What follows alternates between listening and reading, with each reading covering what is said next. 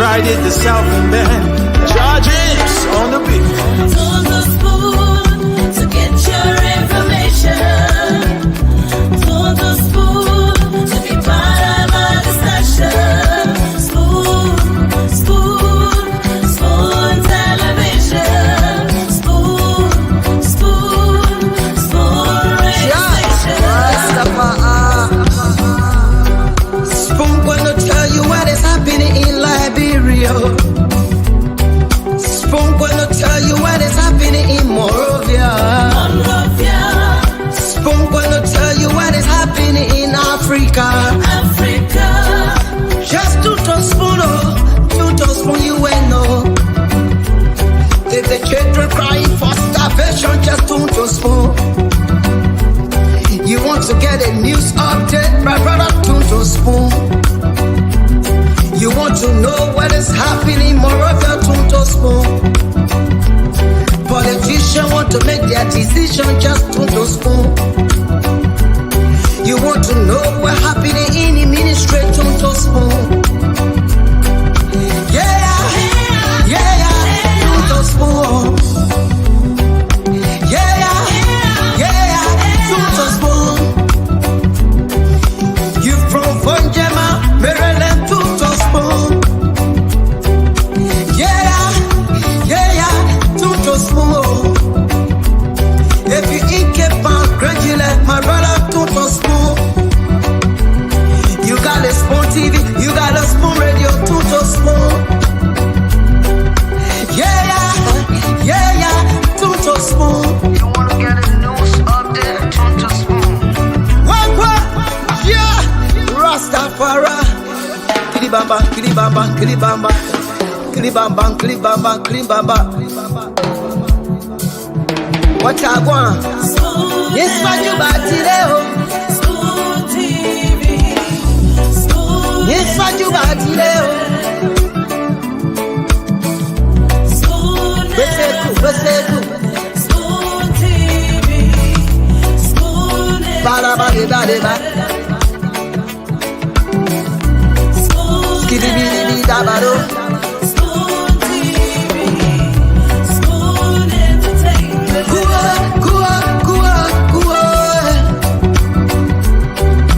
Bese kuwa, kujileo. Kujileo. To the spoon to get your information. To the spoon to be part of our discussion. Spoon.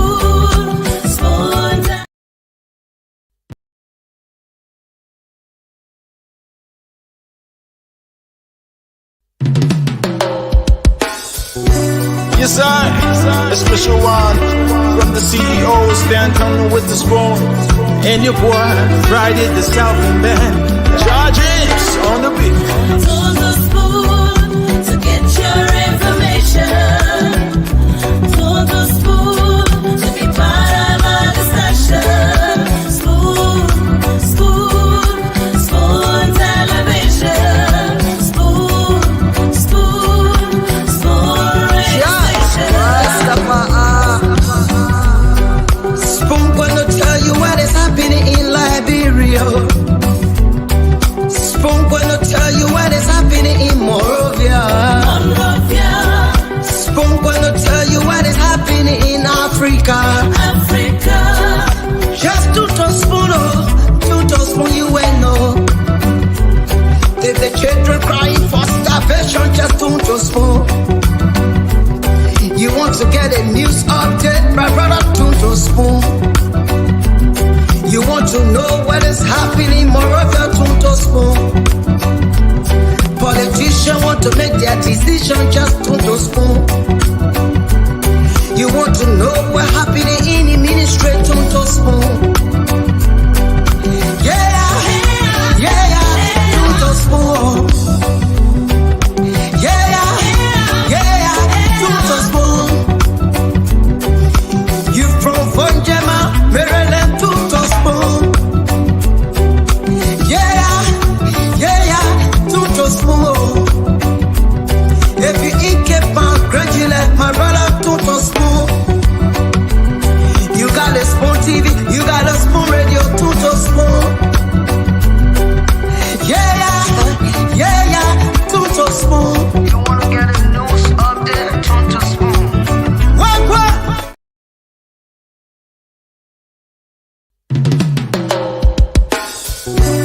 Yes, I, a special one from the CEO, stand coming with the spoon.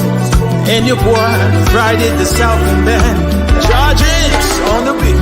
To the spoon to get your information. To the spoon to be part of our discussion. Spoon, spoon, spoon television. Spoon, spoon, spoon registration. Spoon gonna tell you what is happening in Liberia. Spoon gonna tell you what is happening in Monrovia. Spoon gonna tell you what is happening in Africa. Just to spoon, to spoon you and know. If the children crying for starvation, just to spoon. You want to get a news update, my brother, to spoon. You want to know what is happening in Moravia, to spoon. Politicians want to make their decision, just to spoon. You want to know what happening in the ministry, to spoon. Yeah, to spoon.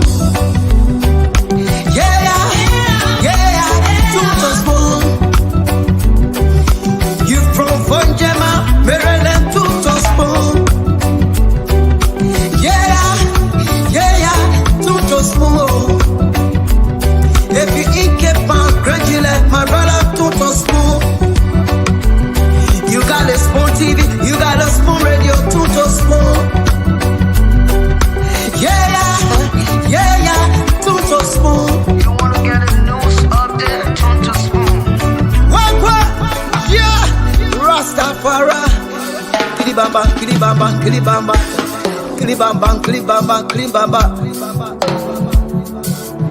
What I want? Yes, what you got today? Spoon TV. Yes, what you got today?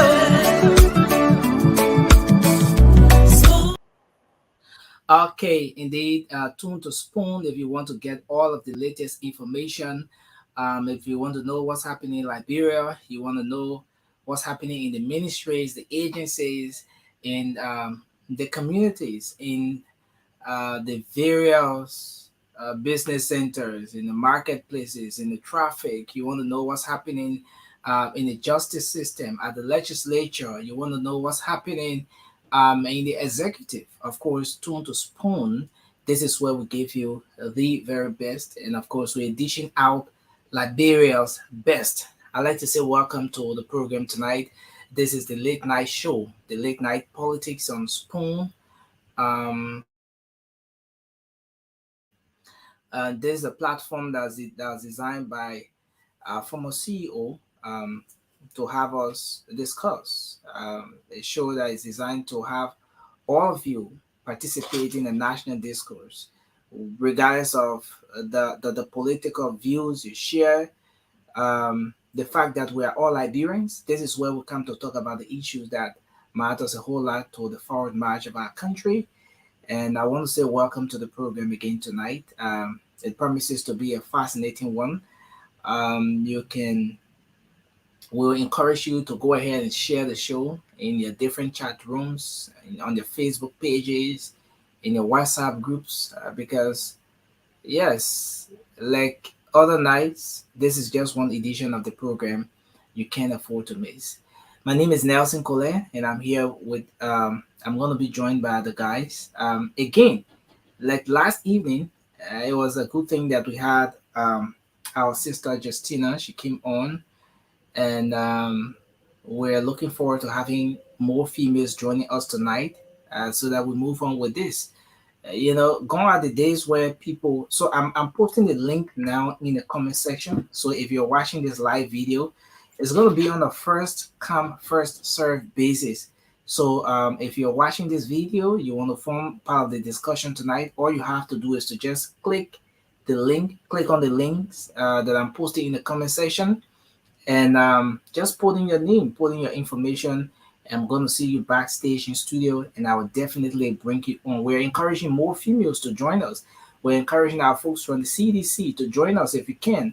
The folks from the ANC, yes, we have our guy Cindy from the ANC and other folks sometimes join us. We're encouraging folks from the Rainbow Alliance from different political parties to join us because it is about the country, it is about Liberia, and regardless of what our issues are, it makes most sense when we can have such a platform, such a forum where we can agree and disagree, you know. By the end of the day, try as much as possible to sell our political views to one another. It matters a whole lot, and I think that's one of the ways that we can have a better Liberia for everyone. So, welcome to the program again. Let me just go ahead and bring in Morba. Morba Zokia. Welcome to the show, Morba. Welcome, Nelson. How was the day today, my man? Yeah, my day was good. Yeah, Great. my day was Yeah. good. Um, To discuss so how was several issues. how was your day? Well, my day was cool. Like yesterday, last night, I had some fun, and then this morning, I went home Yeah, from yeah, work. yeah. Sharif said. In fact, let me bring Sharif on. Sharif was the first guy who told me. So I was asking for you. Sharif said, "My man, you see the thing that man posted in the chat room." I said, "Why?" He said, "Man, busy dancing right now." I He saw, I said, saw, I saw my brother. I saw my brother last night. The man had a laptop open, Yeah. "Yeah, and the Oh, man playing music on my network too for the bad. TV. Oh, Man, eh? I don't know. The man got he had Hennessy SOV in probably. his hand, Yeah." or was it like The man had I one don't know? bottle, Yeah, and the man was dancing. In the words of Senator Prince Johnson, the man was dancing profusely. I tell you, yeah. Sharif. I told Nelson, I said, go in the chat and go see it for yourself. And What's up, yeah, I Sia, went man? there and I saw it. I went there and I saw it.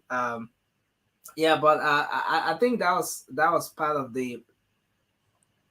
You not hear me? Yeah, go. You can go out and come back. You can go out and come back. Yeah, you can go out and come back. I think that was part of the guy's official birthday celebration Most because I welcome, man. understand during the birthday he was at work. He had to work that day, so yeah. But Sheriff, how are you, man? How you doing? Uh, um, say bless God. It's been a wonderful day today. Um, Also not too encouraging. Because if you have your family back home and then doing this electionary period Hmm. and with everything that's unfolding, um, your heart is never at rest. You always worry, and because the trauma that we were born through in the Liberian Civil War, Yeah. and we some of us did not even enjoy no like childhood that much because when other people were going to playground, we were like running from place to place for survivor. So when you see something like that, you see the country, all the violence going on, it causes an alarm, for you because just retrospect is okay. You know what's going on again. So so you're always in constant communication with your family. You Yeah. have to like cautious them what to do, what not to do. They have to try to be protective and not allowed to be in certain places at certain time. Just regular precautions. But again, thank God. We're here to discuss the national issues and to enlighten our people on various things that's unfolding in our country. Okay. Great, man, and it's good to hear that. Uh, Jerry, the great Jerry. My man, Hey, why the men always attacking you? Raymond, the other day, Raymond went ahead and told you that you talk too much. We gotta make it speaking in facts. That's it. yeah, I mean, bro, it's just good to be factual. A tree that does not bear fruit. My grandfather told me a tree that does not bear fruit, you never see kids throwing stone at it in a community.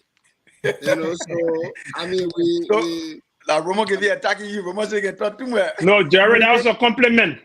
I wish to talk as much as you. That's what I'm saying. It's a compliment. I appreciate it. At least all of you, everybody can talk. My man was some put it. Romo, sorry, I'm putting you on the boss. So sorry, Jerry, So, Jerry, it's Jerry, a pleasure to question. join you guys. You know, I'm not busy today. That's why I joined early. You know, Jerry, I always come question. in late. Yeah. Jerry, Besides that, we are at a critical point where our country needs to be rescued immediately. So it is our responsibility, collective responsibilities, to ensure that George Weah does not enjoy a second term. And we have to do that with all of the intimidation. I know as we go in the show, we'll talk about other issues. Yeah, You know, that intro, Jerry. That Yeah. intro. So, I mean, I'm saying, So, I mean, it's a good thing to be here, and you know, as we make progress, education is about entertaining yourself, entertaining others, and entertaining new ideas. So we are entertaining new ideas from whether you come from ANC. Well, my man Sandy, he has not come yet. Sandy not From yet. ANC. So, gentlemen, thank you, man. That's my intro, man. Yeah. Jerry, welcome Jerry, as well. quick question. Jerry, quick question. Are you related to That's Honorable Mabutu Nyimpa? No, we are not related, but we were very close. You know, I worked with him before and all.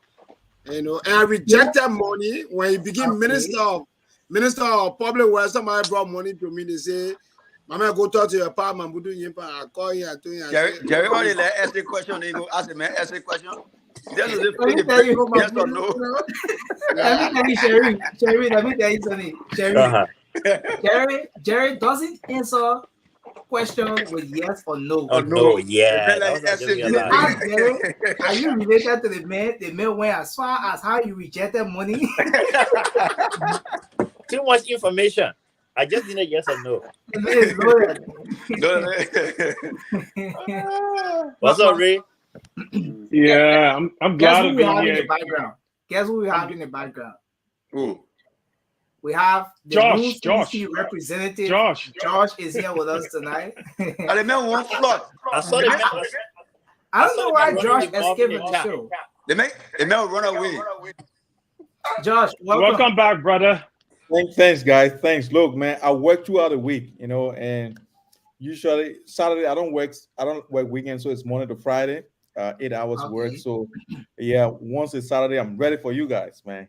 So I thought welcome, Bagu. It was the comment section that made you to escape. No, man. Look, I'm here because this is the most critical, point in our history of, Liberian history. So we need to defend it as much as we can. Any opportunity that avails itself, we must do something to make sure that Liberia, continue to exhibit, some sanity. You know what I mean? So I'm here, man. Thanks for having me. Is that the reason why you're wearing sunglasses today?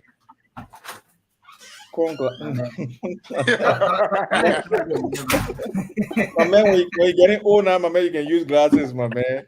I know I used glasses 2 years ago. I started using glasses now. So these glasses here, when light shine on it, they can turn dark. So it's just No, you just trying to conceal your identity. No, not at all. Okay. So if you want me to bring my citizen hat, I can bring it, but you can bring a pair. And the other day you put a president picture right behind you. Yeah. You can put everything there, but the commenters are here. Just be aware that the commenters are Oh yeah. No, look, my man, we got thick skin, we will make sure that you could get your cousin. You know what it called? So then you lick your face. Sunday, you know what it called? Lick your face. Yeah, I know that terminology. Now what happened to Jerry? I mean Josh. Can't really lick the man's face, man. Yeah. All defending him, man. Let's welcome to Ray. You know, I'm those are defending Bagu, but I can I'll take you for holding it down, my man. My man, wait, I want you on the show, but I'll give me 1 second. Why your party need to Ray? The broom party. The broom party. No. Oh man, la broom party, my man. My man, wait. Let me tell you this. You are living in New Jersey Estate, around our era. Oh man, let me tell you. You know what? I don't even want to I'm go talking through about that recent. I'm process. talking about, you know, Maurice No, but Duplé? man, I was born in Batala. Oh, okay. I've Man, not you lived. can't make any person December. The only time I spent in Moravia was the only time. Matter of fact, the only time I've not spent since the war. I've not spent more than 1 month in bro. Wow. Wow. But then you're the Man, person you know a lot. wait, you're smoking high here, my man. What? So you see, so I've been in and out, but I still have the country I have, my man. But now, Yeah, no, Joe, we have definitely. the country I have though. Look at So look at Boba, look Yeah, at. my man, Gonglo man. You know, I like President your, you had the country I had. So anytime next time any politician come around saying they had the country I had, you run. Woman, you let them say. yeah, So Claudia say you know what in the man have for the man. That's okay, the whole country there. so But man, Boba, I like Gonglo. Gonglo is a principle-minded man. Even though I support GMB, but I When will you say, not. man, Minister of Defense or Minister of Justice, one of it. Yeah, even Boba, I mean, just a minister, I see what matter we're talking here. It's straightforward. But Boba, unfortunately, JMB is best suited at this time. I know in the second round, Gonglu will support what else second Yeah, round. Jerry, that man, do that intro. I beg you, Jerry. Look, gentlemen, me, I look around, man. I was looking for a part of the joint, man. You know what I'm saying? To To be quite honest. To it. Yeah. That George do an intro. George, know did because we're discussing some stuff. Even me, I didn't do an intro. Yes. no, we didn't do no intro Gentlemen, yet though. No, Have you did, my we man. done it? We all did it. That didn't matter. I didn't do intro. Once I was asked to Yeah, talk, so- George came in and George started talking. Yeah. I didn't do an Okay, intro. I've not done let me mine do my either. intro quickly, guys. Yeah. So look, guys, thank you so Yeah, much for don't you? having me. I know our Jerry, if country you do intro, is, forget that thing. our country at a crossroad at this moment. So I'm here just to make sure that we sharpen the contradiction. You know what I mean? And to make sure that all the falsehoods that have been flying here and there, we're here to put a checkmate on them as well, because I just feel that the opposition is losing it. So they will hold anything. Like when someone's drowning, if you even show colleagues to them, they will hold it because they want to get rescued. And I think the opposition is really suffocating themselves. So they'll hold on to anything, because we saw the videos online, we saw everything that happened in Liberia. Everyone wants to say seditions are, the devils in Liberia. And when we look around, seditions are just Liberian like us. Like you see me, common person like me. I'm a sedition. It doesn't change anything. It doesn't change our attitude. But when Thank you consider to be marginalized in your own society, in our own country, and we become to be put in a class where we are bad people and all the rest are the good people, or the minority are the good people, and we the majority we are considered maybe stupid or rude or bad or all these things. And I think it's a wrong thing. And that particular behavior that the opposition continue to exhibit is drawing a wedge between us as Liberians. The unity that we once held together, that when Liberia was even playing soccer, would cheer every one of us. Man, I just In Africa, in all these countries. Nowadays, Lone Star is playing. People are even against Lone Star because someone is president. Can you imagine? And these are the things we are here to put right. Thank you so much. I know you're rushing me, Nelson. Man, But it's intro okay. back. No, man, it's just an opening for everyone. Let's go to CPP now and bring in Cindy. But Nelson, will I bring- make my intro as well? Then we'll bring Godwin, and then we'll bring Don. But I think they are intro. No, as soon as I was called, George came in. He said, "Guess who's in the background?" As soon as George came in, we all started talking to George. Yeah, I we didn't do all. anything. I'm not doing my Nelson, when they intro asked me, said, "Man, how was the day?" And I just answered him, I said, "I didn't." yeah. So we're about to make the rounds. We're about to go around. But again, we are encouraging the females to join us tonight. And once we see a female in the background, we will bring that person on. And so we're leaving 2 spaces in studio for just females. We hope our sister Justina can join us. We hope we can have other females joining us on the show tonight as well. So we want to say welcome to everyone, and to those watching, we want you guys to kindly kindly share the video. Yes, we appreciate if you can do that for us as we go ahead with the program tonight. So let's start with what's on our minds. What's on your mind? We're gonna do this for just 1 minute, and trust me, tonight we're going over time. So our 1 minute will be 1 minute. I got my timer all set, and so we can do this and just do it the best way we can. So I want us to just come up with what's on our minds. I think I'll be the last on that. So you can take off from the mobile. Then we'll go to Yeah, Sherry. somebody phone ringing on the back. Can we Can we unmute? mute? Yeah, I'm getting a feedback from someone. Yeah. Yeah, okay. Really, what's on my mind? The Liberian people issues always on our mind, not only me. What on my mind? The attack on peaceful citizens. Like when I watched that video today, the guy who was in the car, he now like from any political party, he just driving normally, and sedition rushed on him, beat him, throwing him with rock. His whole face was bleeding. That's wrong, And also the security issues. We realize that the majority of the police now they have tend to partisan police. They only for people who behind the president, but it's not ordinary citizens. And when they went through that training, the rank and file, they take an oath not to protect only certain people, but to protect the Liberians. As long you live in Liberia, you honor that umbrella. The justice system, you need justice, you need protection. Okay. But today, we only see them protecting certain group of people, and that Thank is you. wrong. And as we go with that in it. Thank you very much. Let's leave you there. We'll go to Sharif. Sharif, what's on your mind quickly, sir?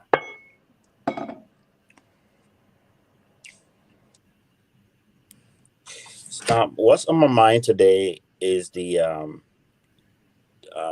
we need a change in our country.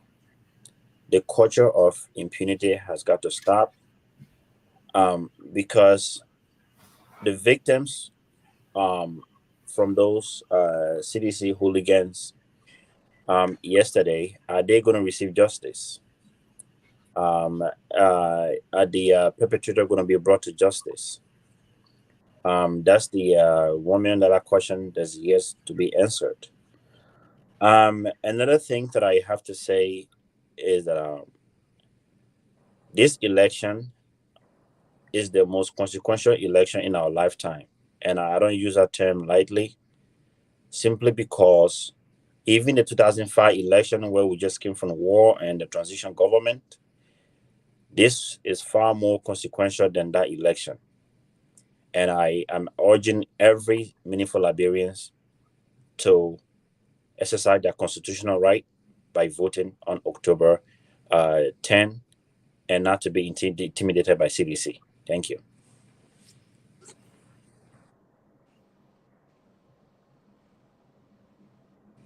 You are muted. Jared, come in. Yes, I was just saying, Jerry, you have 1 minute, sir. You can go ahead. What's on your mind? Oh, okay. Yeah, thank you. What is on my mind is that as we go to this campaign, let's come to the discourse for what we promise the people, and President Weah is being held accountable for what he said. And also those that hold the opinion that we are building a class system, it's not the case. When we are saying I came to end corruption, I'll get civil servant good pay, I will pay rule, I will do all these things. We are asking you for what you have promised the people. So it's not about hate. I hear most of our friends, oh, they hate us, they undermine, blah, blah, blah. The thing is, let's discuss a real issue. I hope tonight my brother from the CDC will be able to help us to outline, some of those things in terms of ending corruption, in terms of agriculture, everything, so that we can understand. Let's leave personality. So we are here. So we're not against we we hold him accountable for what he said he would do, but he has Thank not you. done. Thank you. Thank you very much. It's So going to be a what's some heated conversation tonight. But listen, those of you are in the comment section, yeah, please be respectful a bit to our panelists here, to everybody on set. I beg My man you. can control the people. And then the more he say, the more they will attack. So that he knows that. That's it. Yeah. Raymond, let's hear Someone you, else Chief. saying, someone else saying are on drugs.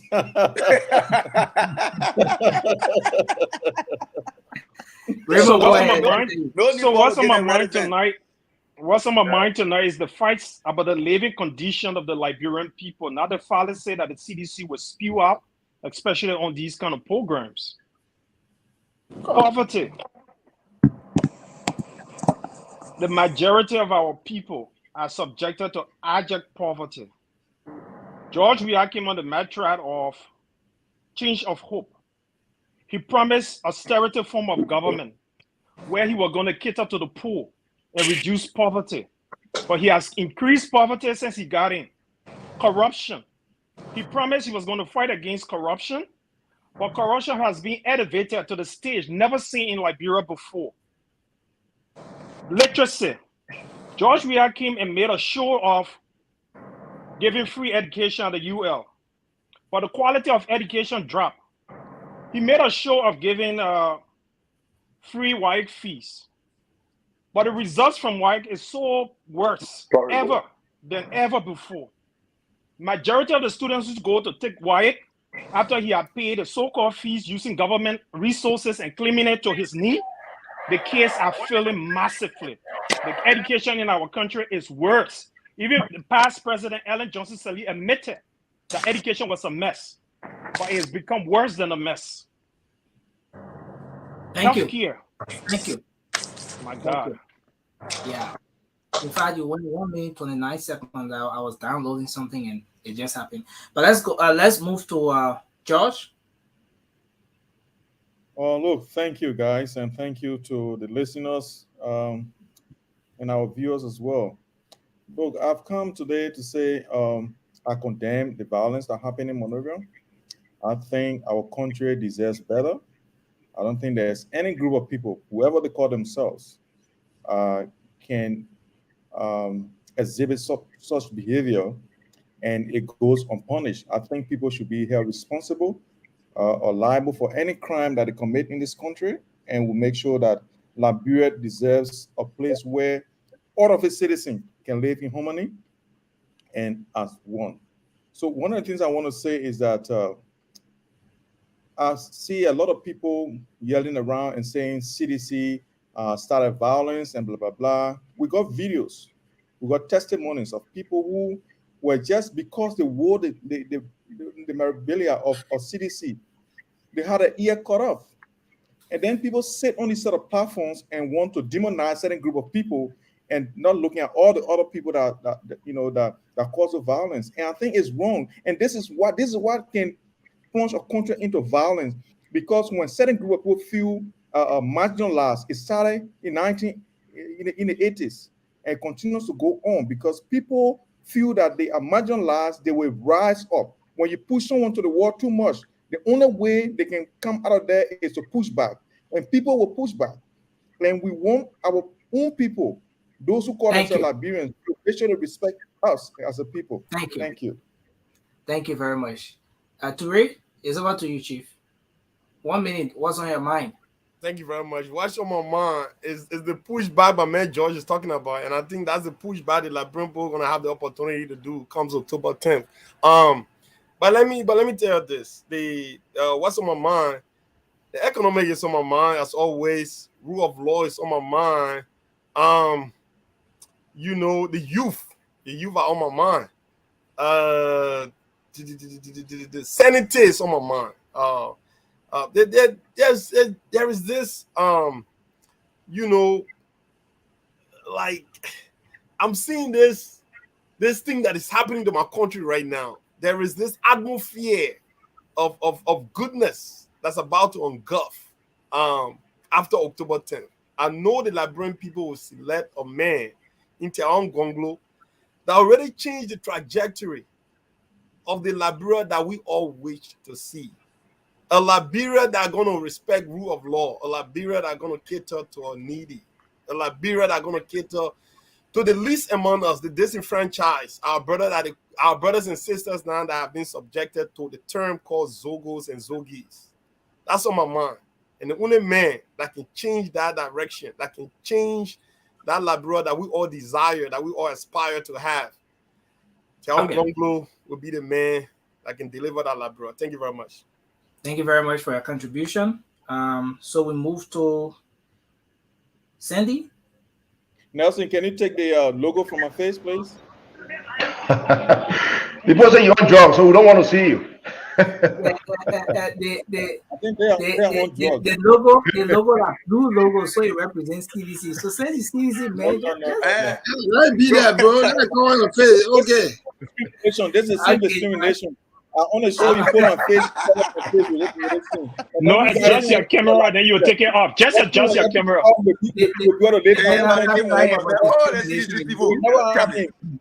No, you be taking part in our country. So you're too arrogant. Don't say that. You put Please put the logo back, yeah. Please put the logo back. Number time to wow, my mouth. Please put the logo back, yeah. Number time to say wow. We lost Spoon, so we want to be associated with Spoon. Yeah, Well, Sandy, go ahead. Sandy, Well, go ahead. gentlemen, good evening. I'm looking forward to another great discussion tonight. Hopefully, we'll have a female to join us. As always, Liberia is on my mind. For me, the young people are on my mind. The youth is on my mind.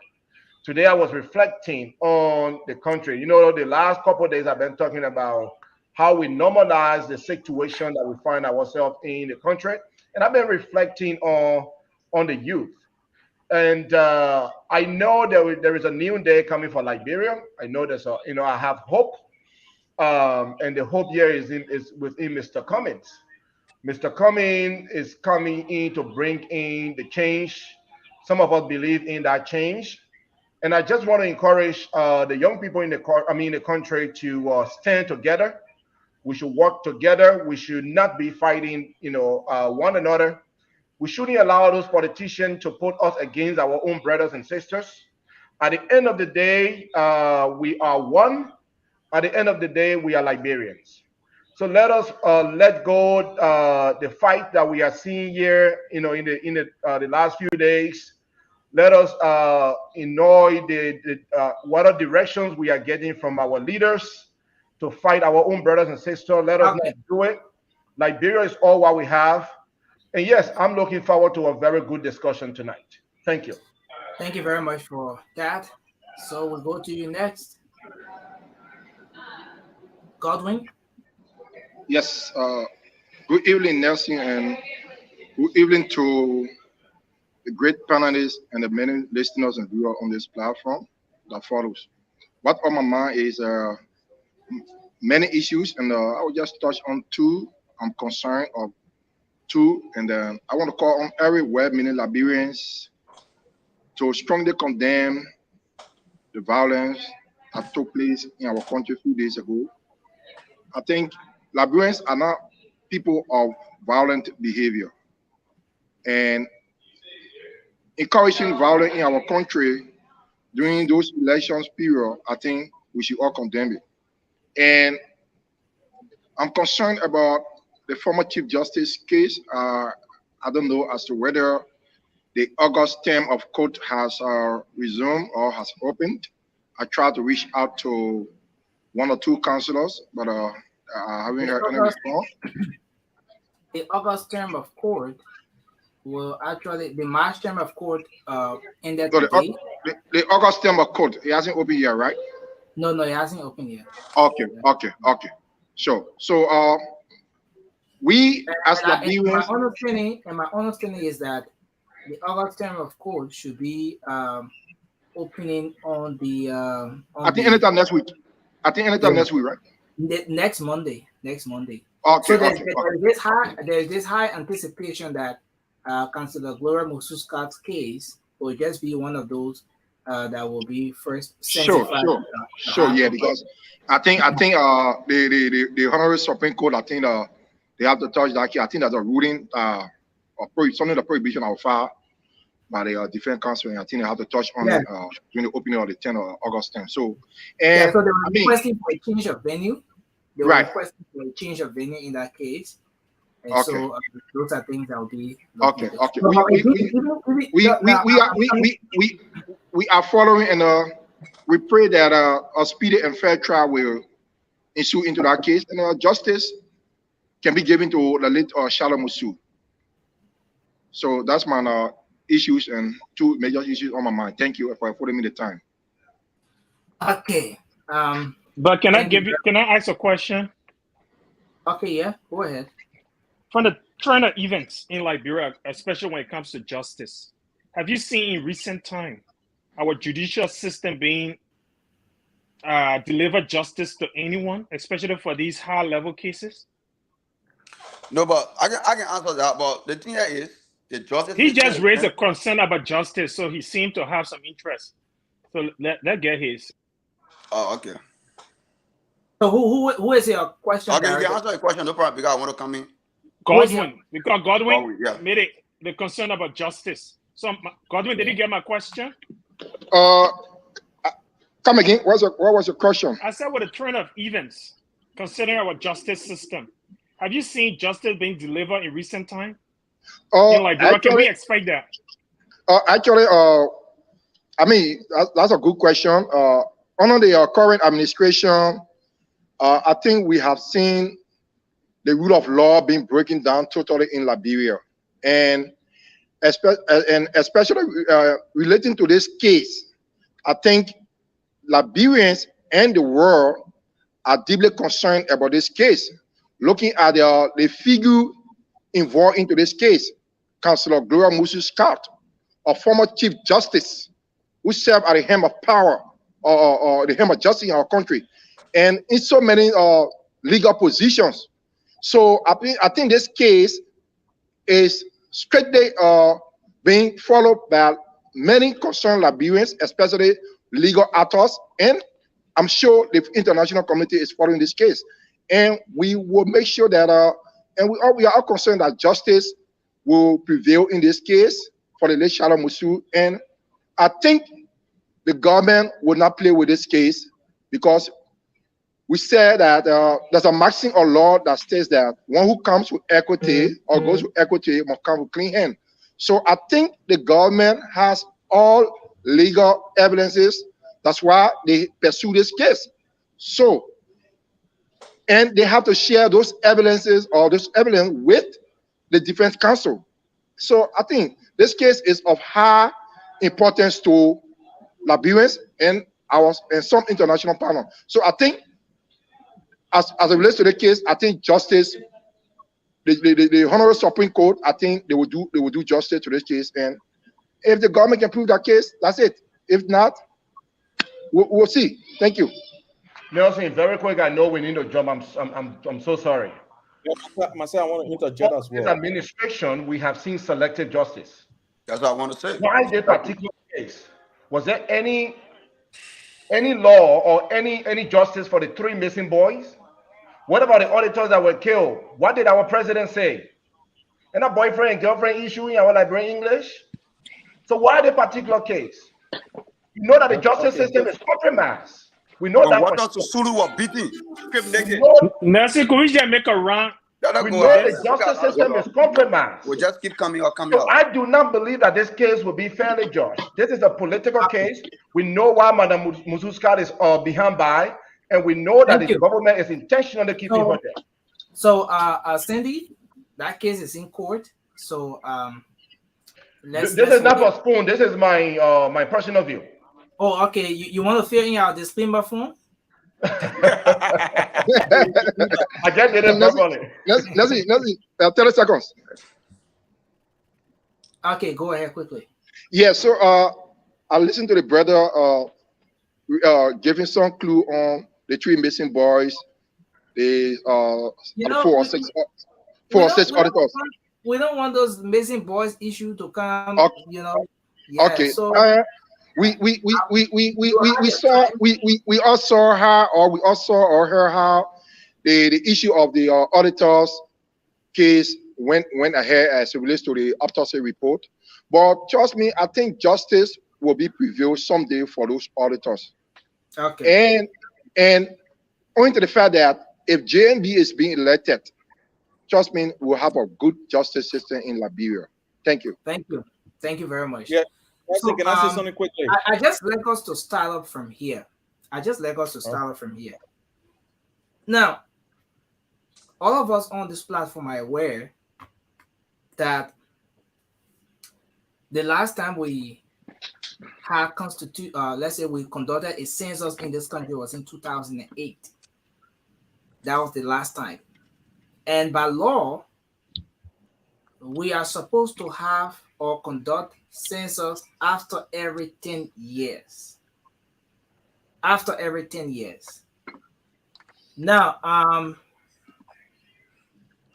previous administration, the Unity Party under former President Ellen Johnson's relief did not conduct or did not make the preparations for the conduct of the census that should have been held in 2018. And from 2018 up to 2023, you're talking about 5 years. So this administration, on the other hand, took about 4 years to be able to just to conduct a census that should have been conducted the very year they took office. So my thing here is the constitutionality of this whole thing and the impact on the elections of our country, especially as per what the constitution of our country says. So if you go to Article 80, for example, of the Liberian Constitution, Article 80E, let me just start from Article 80D. It says, each constituency shall have an approximately equal population of 20,000 or such number of citizens as legislature shall prescribe in keeping with the population growth and the movement as revealed by a national census, provided that the total number of electoral constituencies in the republic shall not exceed 100. So right now we have 170. We have 73 right now. But here is where the sticky issue is. Article 80E says, immediately following the national census and before the next election, the election commission shall reapportion the constituencies in accordance with the new population figures, so that every constituency shall have as close to the same population as possible, provided, however, that a constituency must be solely within the country. And this is where the sticky issue is. So you speak to some legal people, and even those of us who believe in the Bible, whenever you hear "shall," it's a mandate, it's a command. There's no if and end about it. So this is where we are, folks. And I just wanted us to take the conversation from here. The census was conducted late. And because of the late conduct of the census, even the legislature had a special committee set up to be able to decide whether or not they should use the census result to be able to carry on the reapportioning of districts. It was not done up to now. So the presidential election is constitutional, but the legislative election, as per our constitution, there are some procedural issues with that particular legislative elections. But where do we go? Where do we start to talk about this thing from? Is it the Unity Party government? Should we say the Unity Party government did not do the groundworks, which resulted to where we are? Or should we say that, look, the CDC, despite everything was not done, but the CDC came into power and they stayed in power for about 4 years, 5 years before they could even touch on this thing. Where do you guys stand with respect to this constitutional violation, something which has a serious procedural issues when it comes to the elections of our country? I just let us to kickstart the conversation from there. You want me to start? Okay, maybe you can take up mobile. Yeah, but Nelson, we all know this government have been violating the laws a lot. Like the constitution have been violated, more especially when it comes to the counting. The reason that people do census is that to know the population in each county, Yeah. and to know how many percentage or how many money each county probably can receive for development fund, for how people living and things, the index. But this government, think that probably because first of all, the time they needed to do the census, the time passed. And again, they did the census, but it was not right. It was not accurate. We saw a lot of people that are calling us from back home. They say they even count us. So we parle Liberia. So to tell you that our whole census is a fraud. It's based on lie and deception. So we believe it. So now, if even NGO coming in our country asking for statistics on census, what is the real census they will give? It's fake. And again, I would say the identical portion of that constitution have been violated by the president. I read on this. Is it also fair to say, Mobile, is it also fair to say that all of this is happening because even the Unity Party did not set the stage for the conduct of the census that should have been conducted in 2018? Yeah, but then listen now, the Unity Party are already going out. Do the calculation.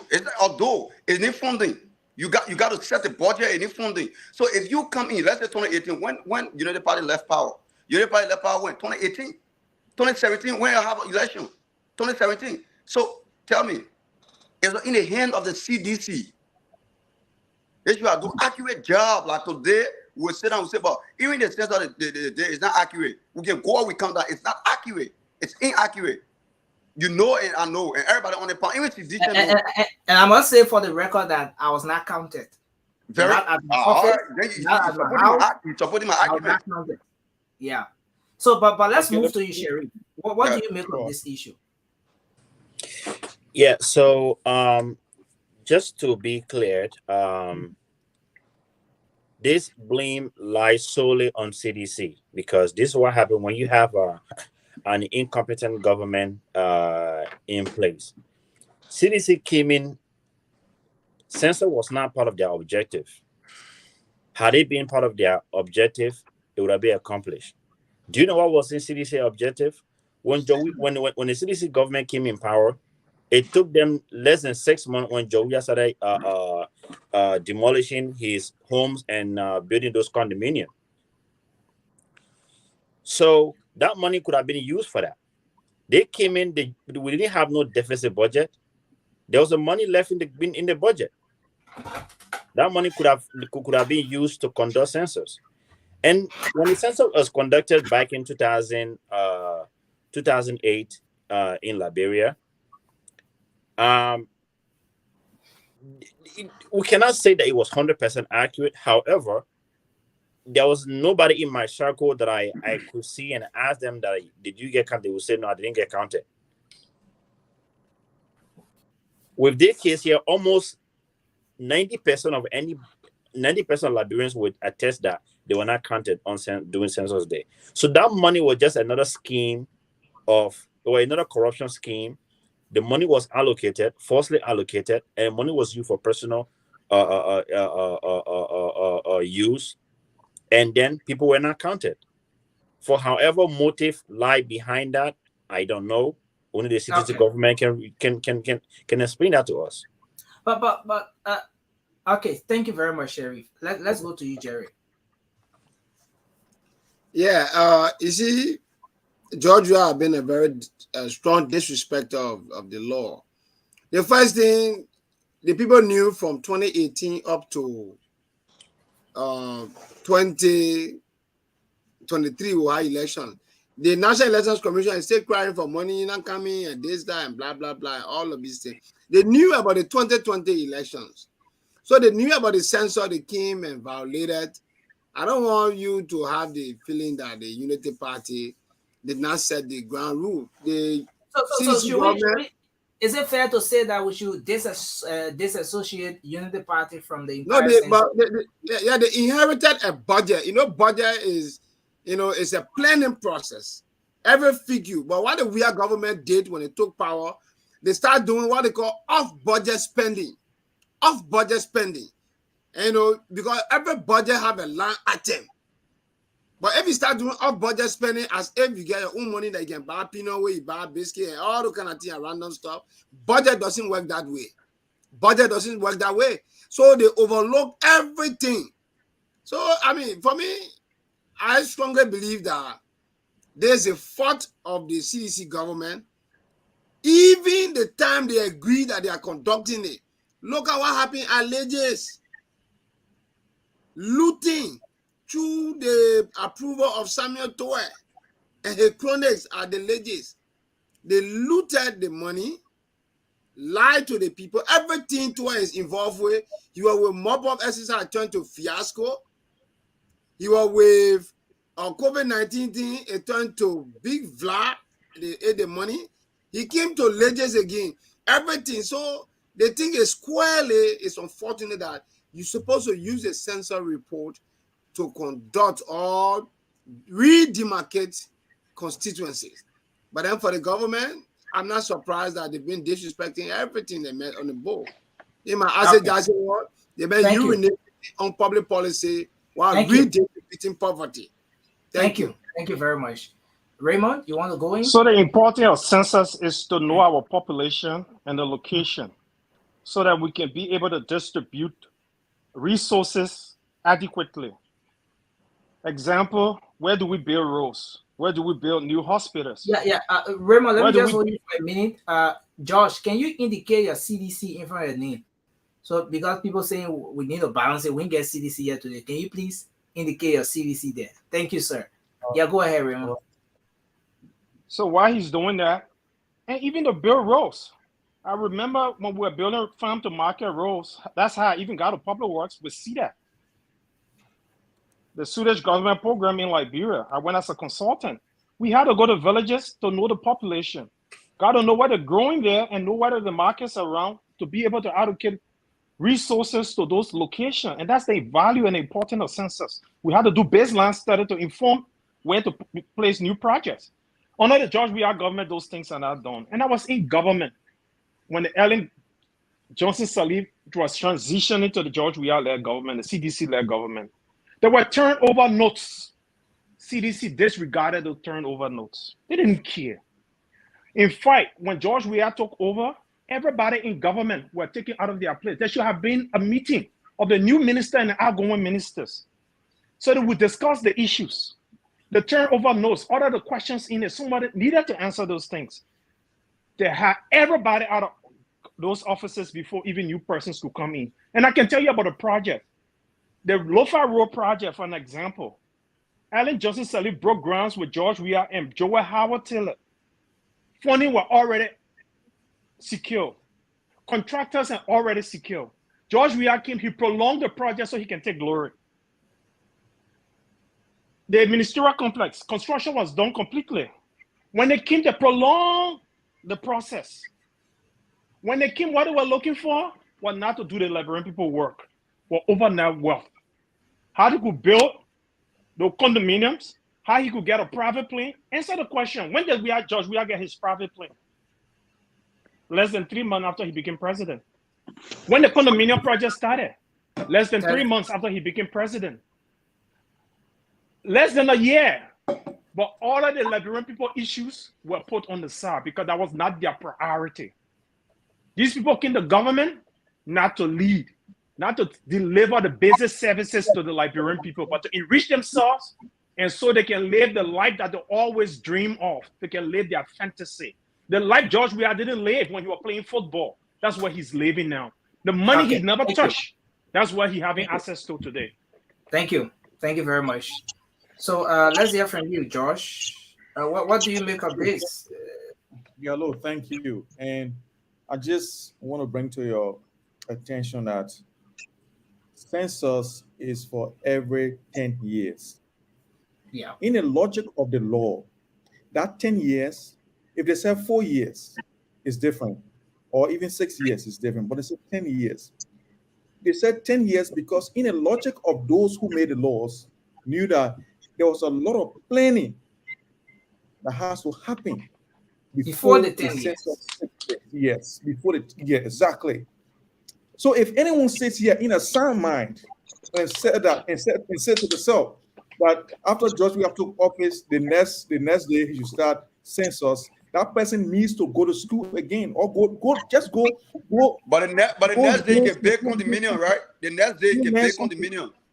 Hey, can you control this guy, please? No. I don't. So Moba, let's give Josh the chance to lend his thought.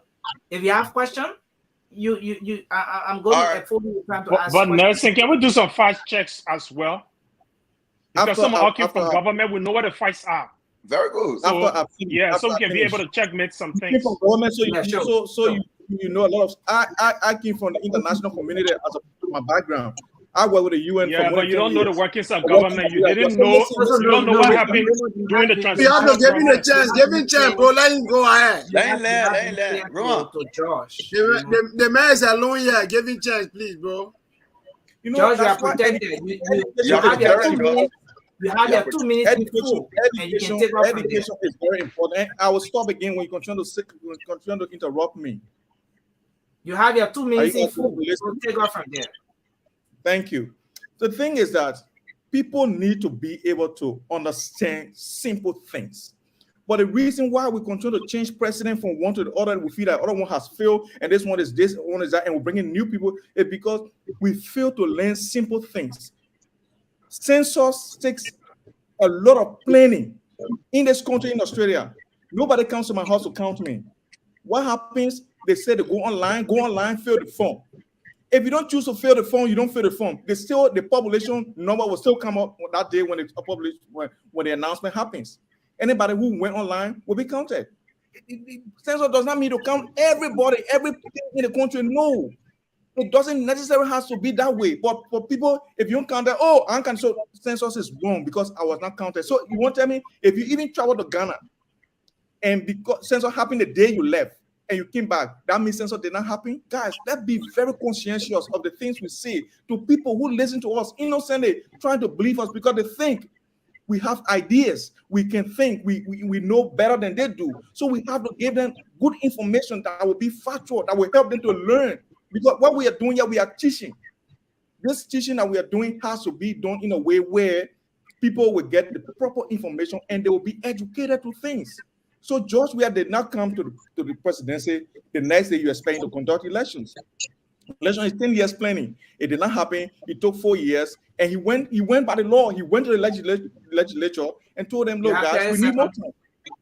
We need more time." So that's what happened. So when anyone sits here and think that because George Weah did not, conduct the census in 2018, so it's unconstitutional, that person just needs to actually read the Constitution and read our bylaws as well. Thank you. Thank you very much, Josh. Anyone have a question for Josh just before we? Roman, you want to come in? Yeah, Yes, I do. All right, no problem. Go in, Roman. And I want to ask Josh whether he knows about government policy when taking over the government of 150 days deliverable, first 100 and another 50 days deliverable. And I want to ask him, are you aware of turnover notes that every government do during transition? Have you followed what were the George Weah government actions when they won the elections?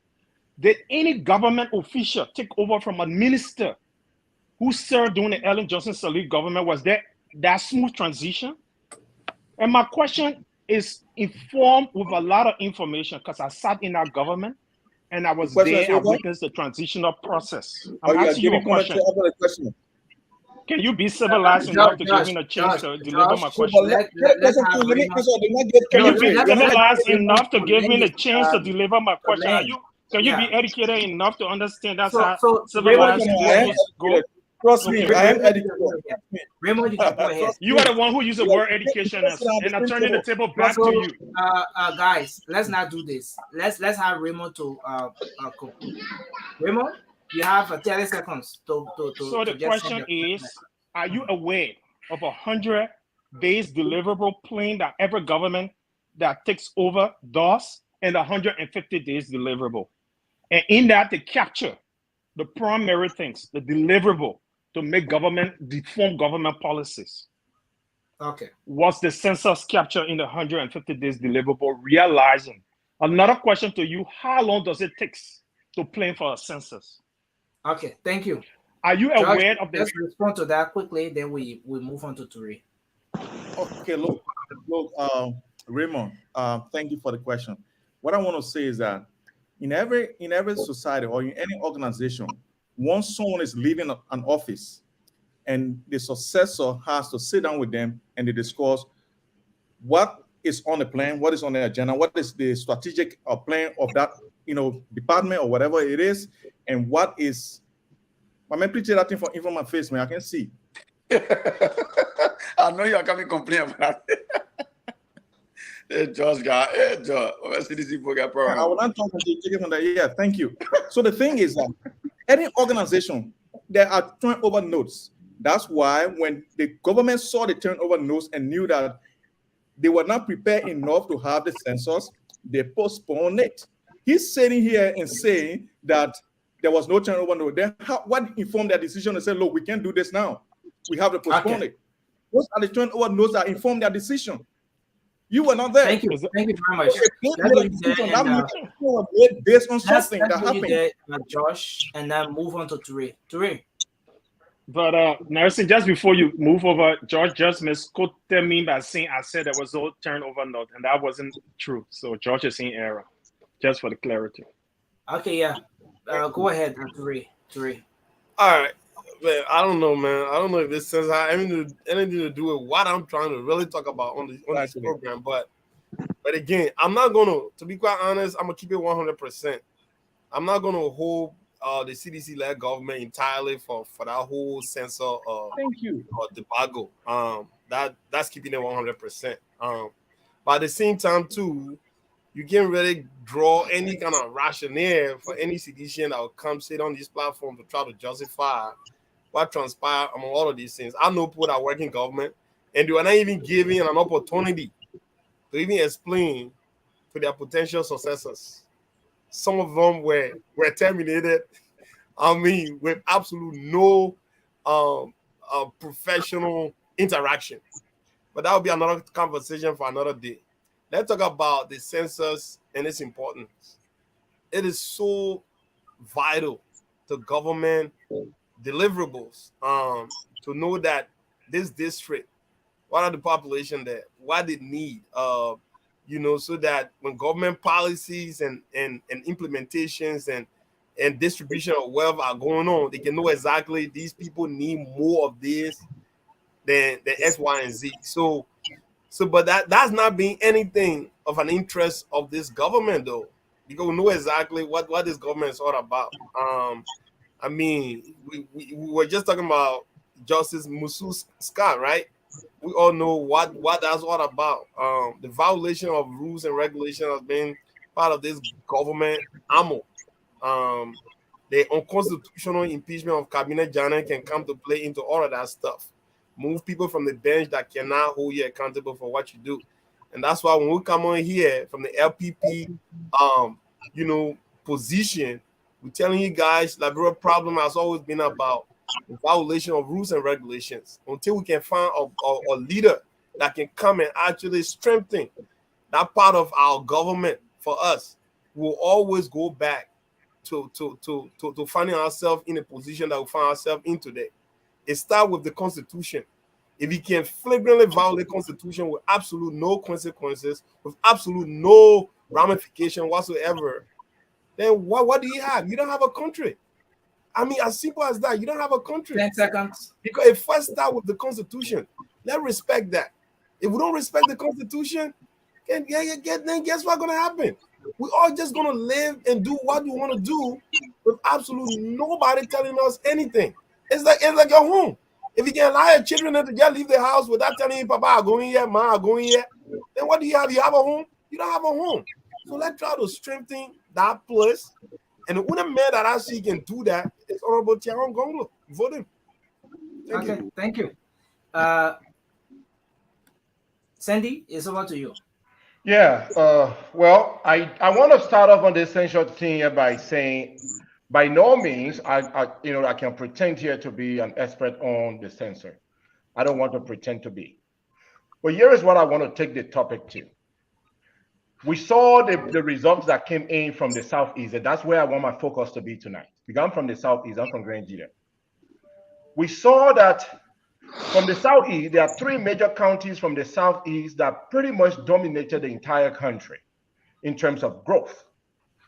We noticed that President Weah's own county, Grand Crew, saw 89% increase. My county of Grand Gita saw 87% increase. 87%. Here is what I want to inform all of you tonight. If you do not know by now, Grand Gita, me in the Grand Gita, and my district, Bazon District, saw an influx of the Burkinabes national since the presidency of Mr. Weah. When Mr. Weah came into power, that entire region started seeing illegal migration of the Burkinabes crossing from the Ivory Coast. Those people obviously were included in our sanction, in our census result.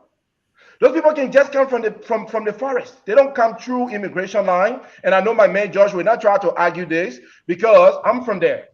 You can only walk from my backyard to the nearest Ivory Coast town is about less than 45 minutes. And we started to discover those people.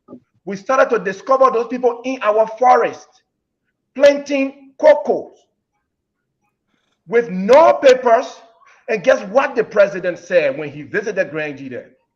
He quoted the free migration of ECOWAS citizens across all of ECOWAS country. But the problem there is that they are illegal. And the president said we should ignore them. Those people contributed to the 87% growth of our population. Why am I saying this? Those illegal people are registering to vote. They have registered to vote. So it is believed that those 3 counties that saw that increase in their population was influenced by Mr. Weah, who encouraged the illegal migration of those Burkinabes citizens to come to Liberia, to the Southeast illegally. Josh, you cannot argue that because I'm from there. You know nothing about that. Thank you. Thank you for your contribution. Can I ask you one question, please? We move to you, Mr. Norris Johnson. I think it's your first time here. Welcome. Thanks for joining us. Thank you, and I want to appreciate this opportunity that this is my first day in joining this platform, and also this is my first debuting on the political stage of Liberia, and it is a pleasure. However, a few things are on my mind that I think I need to express from the beginning, and is the elections. I think that the election is serious, and I don't think that we are on the path of having a free and fair election. So that should be a concern to all of us. The next thing is I think that the problem that we face in West Africa, it is getting serious. I don't know how many of you pay attention to this. The crisis in Mali, and I am asking if we can, if we have any ways to influence or to reach out to the leadership that please do not get involved in that conflict, because West Africa is sitting on the a time clock. Let us not take that battle. Let's stay out of that conflict. We can play a support role, but we cannot get actively involved. Our manpower is just about a little bit over. I don't want to state the number, but we don't want to go that route, and we can do better. So I'm going to hold that, and I just want to say, hey, I want to join the conversation today, and I'm new to the Liberian politics, but however, I have kept myself well informed. I have read and researched and do a whole lot, and I know exactly what I think I know the Bureau Promise Day, and I know who is going to be the best president. So So I appreciate the who do opportunity. you support any political party? Absolutely, yes. And this is going to be well, by the way, if you can allow me, I'm from Alofa County. My home is Bonjamin District of Bonjamin City. And everybody will assume that I'm Joseph Walker, right? But that is not going to be the case, unfortunately. And I am for Alexander B. Cummings. And I know that I'm not going to be for Joseph Walker. I'm going to be Alexander B. Cummings for a few reasons. And I have not been in politics, period, even in the States for the past 35 years. I've been in the States out here. I have not been involved in politics, but I always follow this political situation closely. So I think Cummings is, and I got convinced about, well, let me say the Cummings is going to be the best choice. And if Okay. we want to make Liberia to develop, Thank you very much. Thank you, Norris, and welcome aboard. thank you. Going. Go ahead. So, Yes, yeah, my so. yes, next thing, thanks again once more for affording me the opportunity to be on this platform and discussing Mama Liberia as it relates to electionary process. I was side with Cindy, who says that he's not a censor expert, and I'm sure I'm not one. But I think since the inception of the CDC government, we have seen or heard the flagrant disrespect or violation of our constitution by the president, Mr. George Weah. And looking at the censor, I think we heard or we listened to some experts who were part of the censor bureau, like Okay. Ellis Williams. And we saw how Alex resigned from that bureau, owing to the fact that he gave his view that Liberia or the government was not prepared for the censor. And the government went ahead because we know what they had under their sleeves. So, I mean, for the censor aspect, I think it was just a big vla, as we would say. And the government did their own thing. We saw counties where numbers were increased. No, And yeah, we all, yeah. Going. yes, I'm getting you on that. I'm getting you yeah, on that. But the point of focus is the constitution, the aspect that has to do with the constitutional violation. Um, Considering that this census should have been conducted in 2018, and that the Unity Party did not prepare the stage that well for the conduct of the census, and the CDC too coming on the stage did not conduct the census until after 4 years. That's the point of focus, and something which has now gradually crept into the constitutional violation of what the procedures should be before the election. I just read the Article 80 of the Liberian Constitution that says immediately following a national census and before the next election, the National Elections Commission should apportion districts and all of those things and setting up of new threshold, which did not happen for this election due to the delay in the census. yeah. Nelson, I listened to you. Once again, I would say I'm not a constitutional expert, and as it relates to the censor that was just conducted, I think the government did their own thing. They were not fully prepared on conducting the censor. Well, Okay. we all know what they had under their sleeve and went ahead with the conducting of the censor.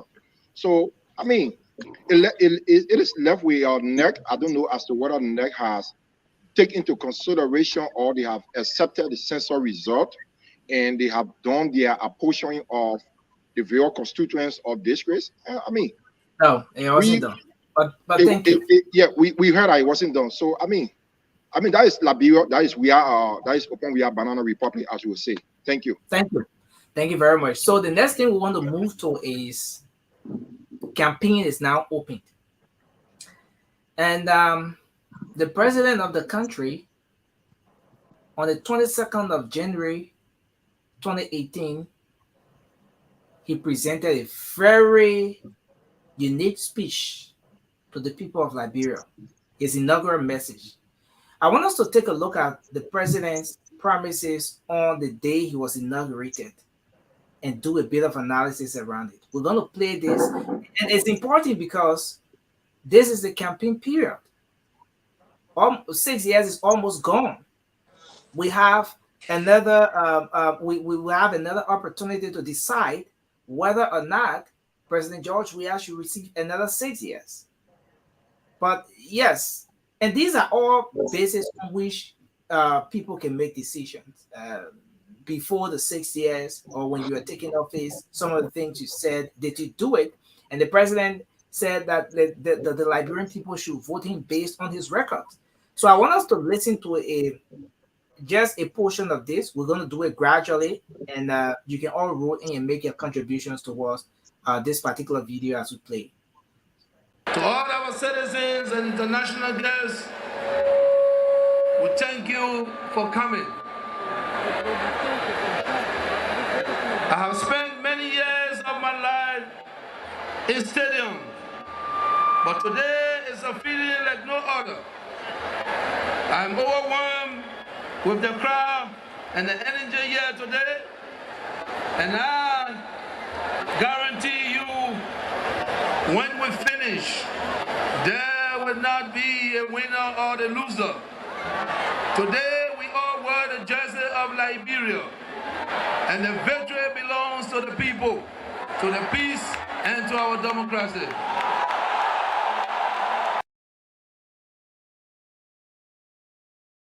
I promise to do everything in my power to be the agent of positive change, but I cannot do it alone.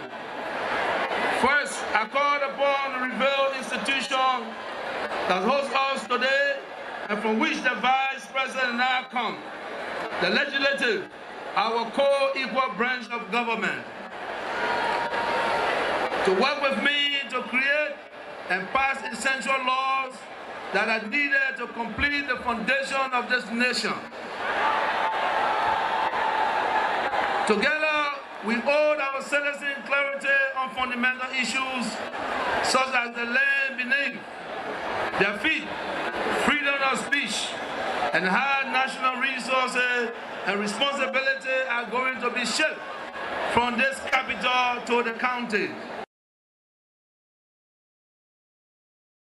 Equality and freedom are never just a final destination that the people or a nation reaches. These are the fundamental human rights that our people deserve, and that must be held up and measured against our action, our policy, our laws, and our people are those elected to serve the people. Almost 50 years ago, Liberians laid down their arms and renewed their hope for a better and more equal society. With the help of regional partners, the United Nations, we chose democracy as our path and elected the first post-war government, which was led by Her Excellency Madam Ellen Johnson Sirleaf. Your Excellency, I thank you for laying the foundation upon which we can now stand in peace and to advance progress for our country.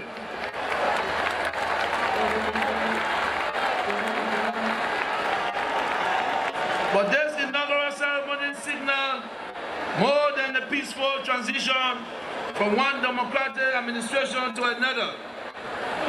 It is also a transition from one generation of Liberian leadership to a new generation. May the Almighty God bless the works of our hands and save the state. I thank you. Oh, wow. That is incredible. There you have it. That is incredible. Yeah. That was incredible. almost 6 years ago. Yeah. Almost 6 years ago.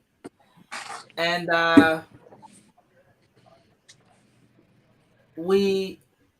just before we come in, so let me bring this one in, because I just want you to roll in with your thoughts on the different issues. Let me bring this one in. Moving to the elections. My records are there. It's not early.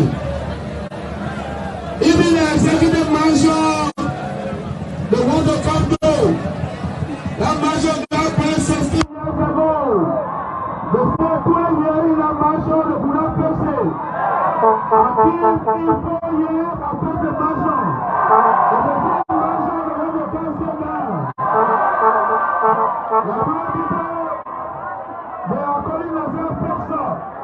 If you start a mansion, you can't fix it, then how you become fixer? They're calling themselves rescue. You stay in government for 12 years, and you are coming out to rescue. What are you coming to rescue? You now promote development. Today, we have development in our country, across our entire country.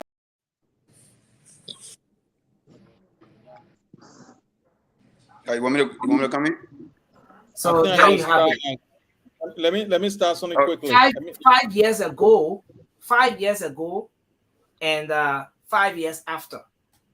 Yeah. Okay, can I say something? Can I start, please? Wait for your time. Nelson, let me say something quickly. Nelson, let me say something quickly. Because I'm the only person here. I should be speaking longer than everyone else because you all of you that guys. Does not give you privilege. No. We're speaking the fact. That does not give you privilege.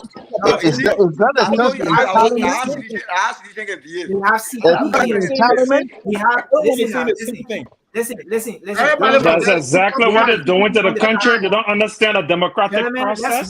They feel entitled and they want to run everything. This is a democratic process where each person has a voice. Raymond, let's mute. I didn't say you shouldn't talk, Raymond. We have understand yourself. 4 political parties here on this platform now. We have the Unity Party. We have Toure here represents the Liberian People's Party. We have Cindy. He represents the CPP. He has been joined by Norris and Norris Johnson. Come on, full name Norris Johnson. Definitely. Because So my brother a lot, so I'm here to join to support them. Definitely. So let's just go by the queue. Let's have everybody 3 minutes. 3 minutes. More 3 minutes to just talk about. Yeah, I would talk. Can I make a suggestion, please?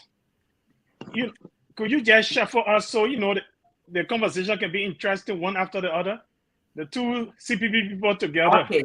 So now I got you. Yeah, that's a great point. Yeah. So I'm gonna bring Cindy here. Cindy is gonna be right between. Nobody is speaking about the county party that been on this platform. Now you're talking about CPP because that's the best careful. Yeah, that's better. You are JNB. Sherry lost his space, but let's hear you, mobile. Let's go. Yeah. I would start with. We have 3 minutes. We have 3 minutes starts now. Yeah, Joseph Bugger, speak. No, like right now I'm speaking in the capacity of my Liberian people. The right. No, Joseph Bugger. Yeah. So please, let's mute so that we don't interrupt. Nothing. Let me say this, right? I will speak first on when Joria said freedom of speech. Freedom of speech where? In Pluto. Because we all know, we shouldn't pretend. We all, we follow the news on a daily basis. When Joria took power, what the first thing he did was to what? Everybody here know. Our friend, who had Punch FM. He closed Punch FM because Punch FM was speaking the facts about the government. Patrick Honda. Thank you for that name. So just for the record, Punch did not open Punch was about to Yes, open. thank We were you. doing Yeah, but publicity. what he did? What he did? Now He shut down. did step on it. No, but you first say They were close it. giving lessons and were revoked. It was revoked. They were giving No, lessons that's and Yes, they were so revoked. yes, we've already provided the clarity. So Mobile, Okay, that's let's good. have Mobile to conclude. Okay, let's go to Costa. Go ahead. Let's go to Concern the line. Costa. Let's go to Costa radio station. Costa was the moment to that we all understand. Costa was speaking the fact about the government. All the leakage. And what the government did. The government knew that they were losing a lot of revenue, a lot of because funds coming out through petrol cost on your radio station.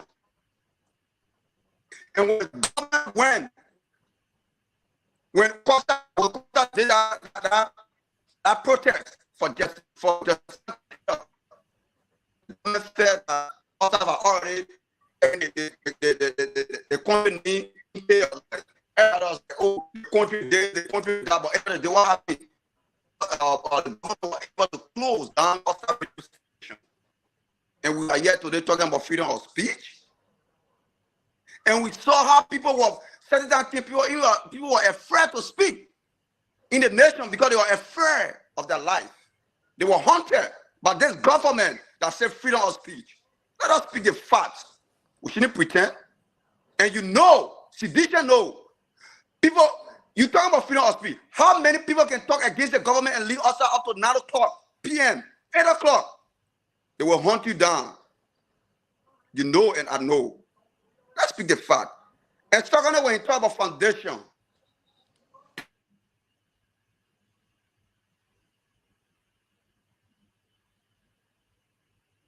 Are you there, Mobile? yeah, I'm there. Yeah, go ahead. Ellen set the foundation. And what Joria did, he came, he brought down the foundation. Thank God he said it. He said it. He said, Madam Eddie Johnson said he set the foundation. Now, the only thing that left for us to do is for us to build on it. But instead of him building on it, what he did, he break the foundation down. And you know and I know. Now we got Kush in the country, killing our young people. We get our people going through hardship to the extent. Go right now, you know what I want you to do, Josh? After the show, do your statistics. Go on Google. Ask Google. Doing Mara Eddie Johnson setting and Jogia Town. How many money have been transferred to Liberia from the United States or from in the diaspora? They will give you the answer. The statistics are there. Let us be real. We shouldn't sit there and pretend we love country more than individual. Jogia is messing up. The foundation was planned by Mara Eddie Johnson Salih. But Jogia went and broke down that foundation. And today we are here today. Our people, our family, our friends who we knew before were working, today they can't even afford. Thank you. Call upon us to survive because of the economic situation. Let us speak the fact. Thank you. I will learn. The CPP representative. Thank you for my new position. Sharif, it's okay. Let me enjoy this position. No problem, Chief. Look, we all, I really used to have a lot of love and like for George Weah, and I still do as a person. I just believe he's failed the country. He's not able to run a nation. You know, Mr. President always pride himself. He always say we don't have political prisoners. And that is in line with the freedom of speech and freedom of this and freedom of that. But we have political dead bodies, and we all know that. We have political dead bodies. But that's not where I want to go. I want to talk about, in his speech here, I listened to the president and he said, the country resources, and I'm quoting him, the country resources will be swift from the nation capital to the counties. That is what we call decentralization of government, of the nation wealth, where it's not just going to be centered around the central Liberia, Monrovia, and the county is going to benefit. Decentralization, equitable distribution of the nation wealth. My question is are we experiencing decentralization of the nation wealth? Is the healthcare decentralized? Is our education decentralized? Are Liberians in the various counties benefiting from those resources? And that's a question maybe my friend Josh, when he comes here, he can help answer, right? Is Grand Jide, for instance, I'm going to talk about Grand Jide a lot because that's where I'm from. Is Grand Jide, for instance, benefiting from the nation wealth? Is the Southeast as a region benefiting from equitable distributions of the nation wealth? So, is the road project efficient enough to reach those in the county? He's talking about moving the nation resources from the capital to the county. How will those nation resources go there when during the rainy season, the Southeast is cut off from Liberia? I'm sorry, Nelson. Sorry. There's a background noise. Let me mute. Please bring me back. I'm so sorry. Please bring me back. Your 3 minutes are already exhausted. You're already exhausted. Jerry. Jerry, go ahead. Yeah, my dear brother, Jerry, for the first time. Your 3 minutes starts Yeah, now. for the first time, let me build on what Sandy was saying concerning the president promising decentralization. Yeah, Ellen Johnson steady government has some challenges. They started a framework, they were implementing decentralization. And even according to the new education law of 2011 that we all contributed to in preparing all of that when I was at the MCSS, it clearly tells the country and stakeholders that education, we should have the River G consolidated school system, we should have the Banga consolidated. What has stopped us up to now from decentralizing? Almost 6 years ago, we did not do anything because the frameworks were in place. The last time I checked, the service centers that were established by Madam President, they're not having funding. That Ellen Johnson said he established. I mean, the Joe Barker and Ellen government established the community colleges today across that place and across Liberia. So for George Weah to come and say, oh, everything he said on the SKD, that's why I'm glad that we have a sedition here. And so if I may make special request, maybe you have 1 more minute on it because you have plenty of questions to answer. This thing here is like towards him. So let's answer these questions because we know we are saying you will end corruption. In that same speech, if we go further, he said you will end corruption. Up to now, it has been institutionalized. So we need to know. That's what we bring to the discourse. We should leave what are the person sleeping or the person not sleeping. Let go and say, what I will do. This is what I will do. And the mandate you gave me, this is what I've done with it. These are the conversations that we want. For me, I can tell you in the next 2 hours, I can lecture you from various development front concerning arrest, agriculture, road education, sanitation, and tourism. And Barker was very smart because that platform is in line with the Sustainable Development Goals and its 160 targets. So George, we have failed miserably. If you read our SDG scorecard, it's a total mess. The last time I checked, we have failed the fiscal transparency test. The open budget initiated other things, and Ellen Johnson said they introduced transparency. Everything we have messed up with it. We don't do business. Our doing business index is poor. Investors are not coming. So we are interested in, we are telling us, instead of they're coming to say, they come into the community, what they want to do. Our brothers and sisters who are supporting George Weah should come to the discourse and tell us how we are ended corruption, or he slipped from his hand and he sanctioned 3 officials for reckless corruption. The last time I checked the Corruption Perception Index report, it was so damaging for Liberia since 1847.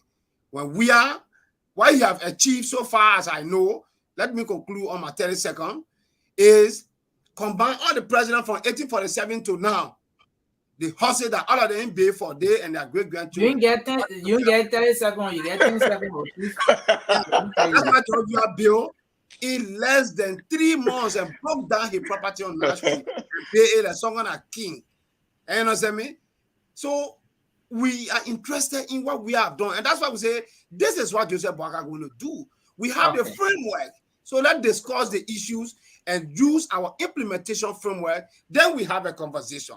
This is the kind of civility we look forward to. Nobody is sleeping, nobody to do this. We start quoting people here, Maulu then say things there, but we don't want to go there yet. Let us get why for me, President, we are Thank you failed very much. institution. And I think Thank it's you, important Jerry. that our coalition should acknowledge that, President, we are failed. Thank you.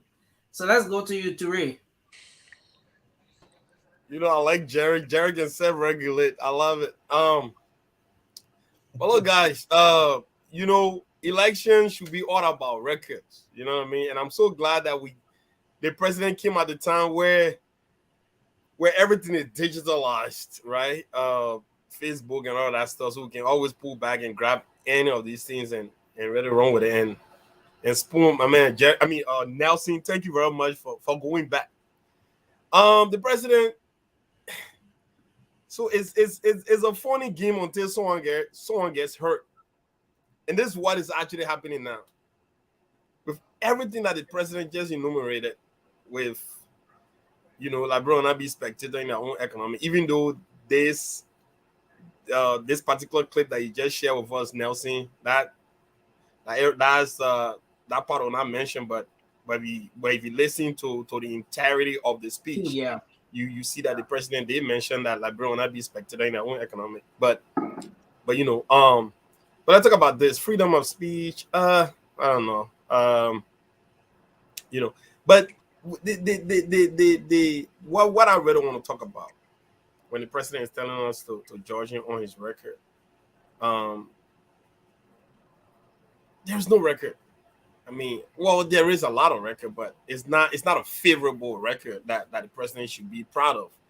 Because when we talk about these records, I mean, we cannot speak of anything than the 16 billion, the 25 million, and I think we have talked about this on numerous occasions.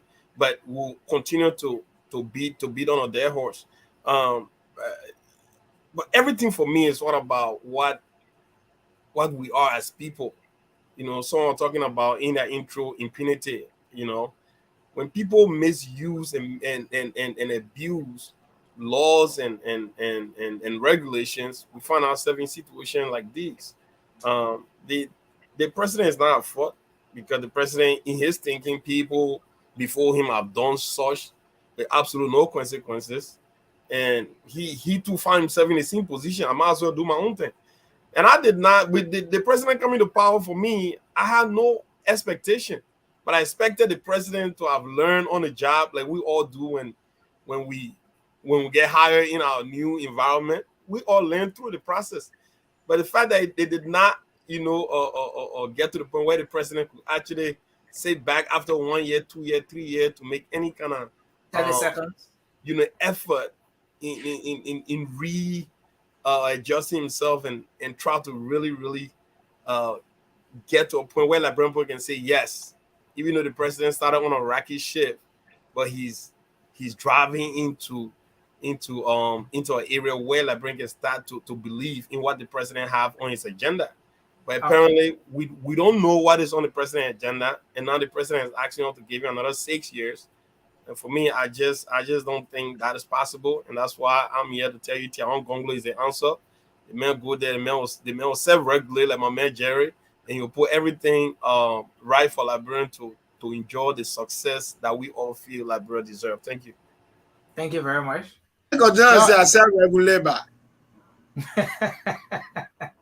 George, let's hear you. Is it what Thank you. Yeah, thank you, gentlemen. I got my timer here as well, so I can see the time. I will self-regulate as well. So you don't trust? No, I trust you, but I want to self-regulate. The man know that Montana with 3 minutes, so I can hold it 3 minutes. I just pause it now. So when they got finished, I'll put it. No, go ahead. All right, guys. Look, I listened to the president, and that was one of the proudest moments I had. Listening to him. The president was so strategic in his expose during his inaugural speech.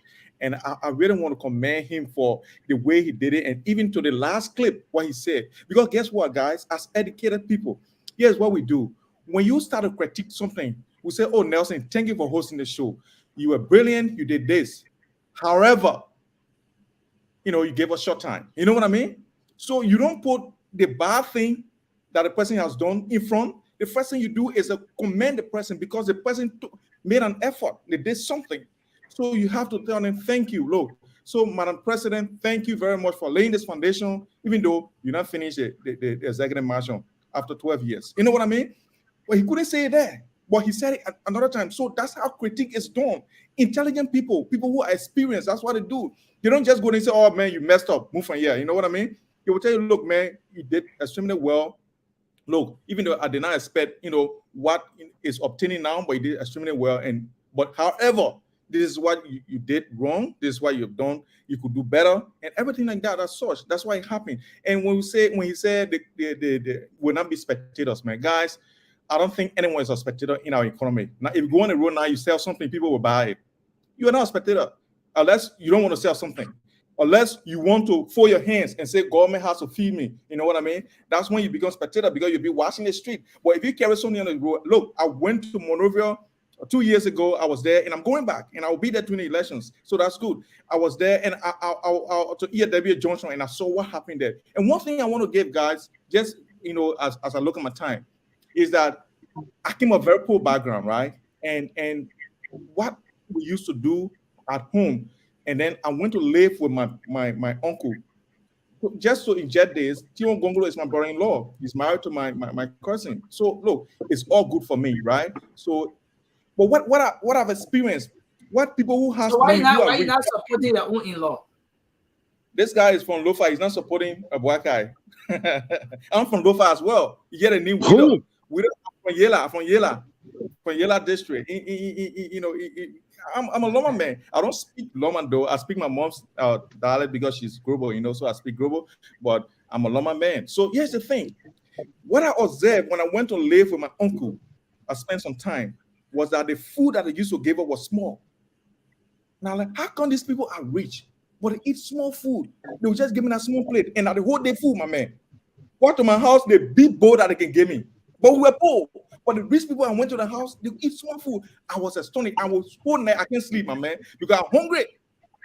But this is the thing. We Liberians, we are used to eating, more. And we feel that eating more makes us better, right? But no, planning strategically, making sure that our life in the long run, what we get, we don't spend more than what we get, is the most strategic thing to do to live a better life. We don't do that. We want to eat everything that we got, and then the next day we look for one more to eat it again. You know what I mean? So are you saying that Liberians are eating everything, and that's why some Liberians are spectators in the economy? Or what? Not necessarily saying that. You're eating all my time, so I just pause my time again. No, I'm not eating that question, my man. Don't after I finish. You don't have any more time. You don't have any more time. You've exhausted your time, Josh. That's the thing. It's not part of my time because it's shouldn't be questioned when I'm. I was watching the clock too. Your time finished. So like ANC time versus CDC time. Let's see who's. So here's the thing.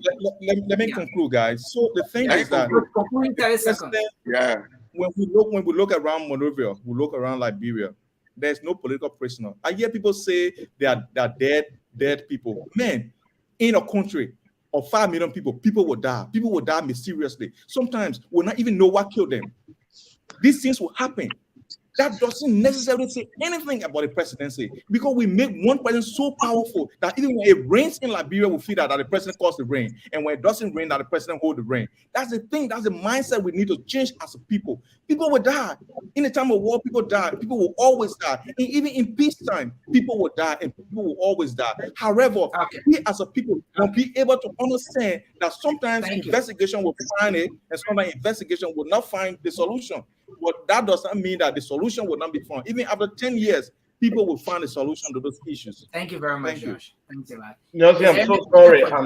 I'm so sorry. I need to leave. I will come back, but I didn't end my statement. I just want to use 1 minute or 1 minute. 30 seconds. You your time to me. You your time to me. I'm gonna be I know you, my brother, but I can't give you anything here tonight. So just 1 minute, 30 seconds, please. No, you take 1 minute. Take 1 minute. Thank you. Well, I was flying on the topic of the equitable distribution of the nation wealth. And then, of course, the kids have to come in.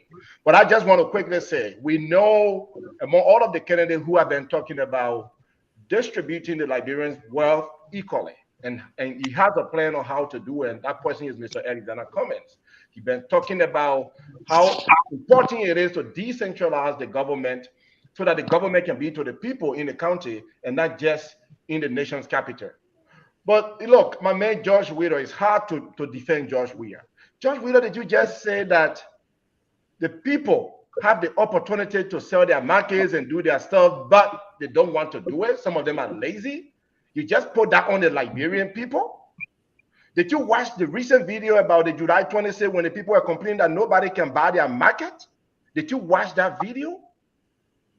I don't think so. It's hard for people to buy market when there is no money in the country.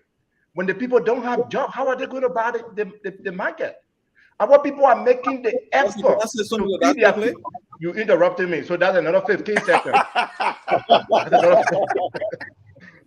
So our people genuinely are making the effort to feed their family. Our people are making the effort to rescue themselves from the mess that your government, that President Weah has caused.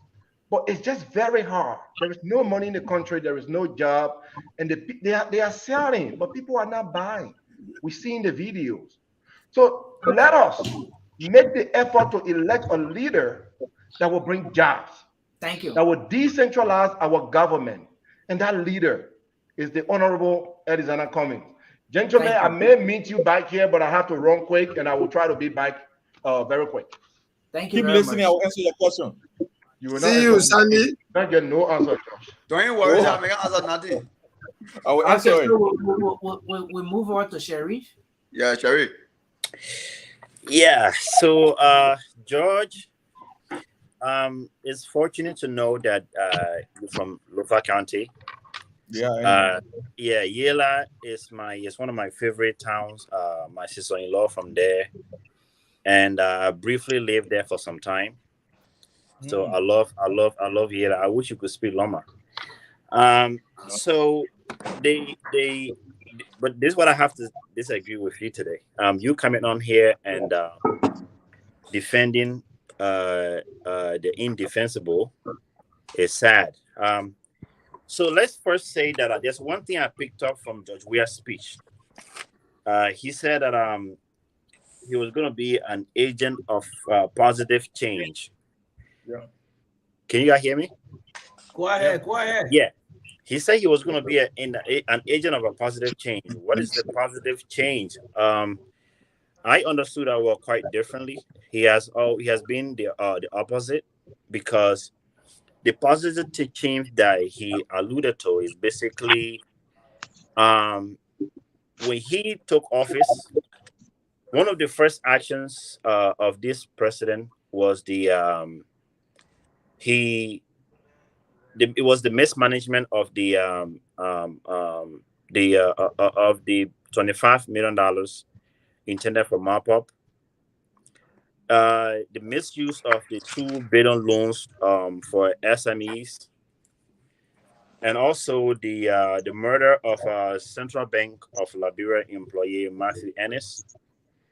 And also, when he took over, one of the first things that he did was the misuse of $30 million that was intended for food aid to our people. And as we all know, rice is our staple. And during his regime, we had shortage of rice for the first time. I don't know for how long. Another thing again, this man did was that he promised us that he was going to transform the Bali Island, which turns out to be a lie. When he came to office, he promised us that he was going to bring 6,000 teachers from Nigeria. It turned out to be a lie. One of his biggest achievements for this government was according to World Bank, we had, according to World Bank report in 2020, 526,000 Liberians became poorer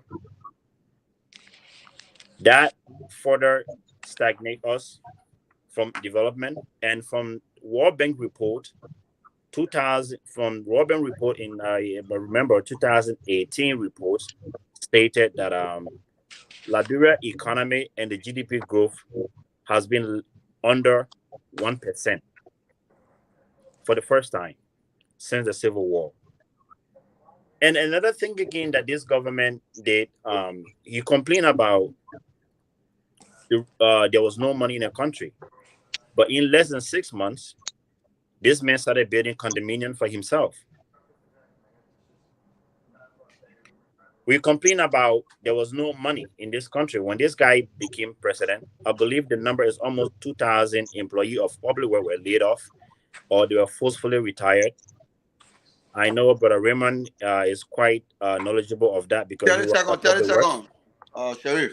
Public, yeah, how is it 30 seconds? I just started speaking. I'm watching the time. About 3 minutes. They gotta conclude. You know when you start 10:55. That's it 10:54. I don't know. It's 10:57. But you conclude. Yeah. So again, this man, his area of expertise is football, and for the first time in our history, Liberia was banned by CAF. This man claimed to be. This man, his expertise is football, and we all can see, we all can attest to the development of football in our country. It has retrogressed, and for the past 6 years, we play fewer games at home than doing Chancellor regime.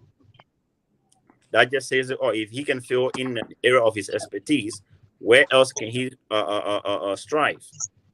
All right. Thank you. Okay. Mr. Thompson, can you come in?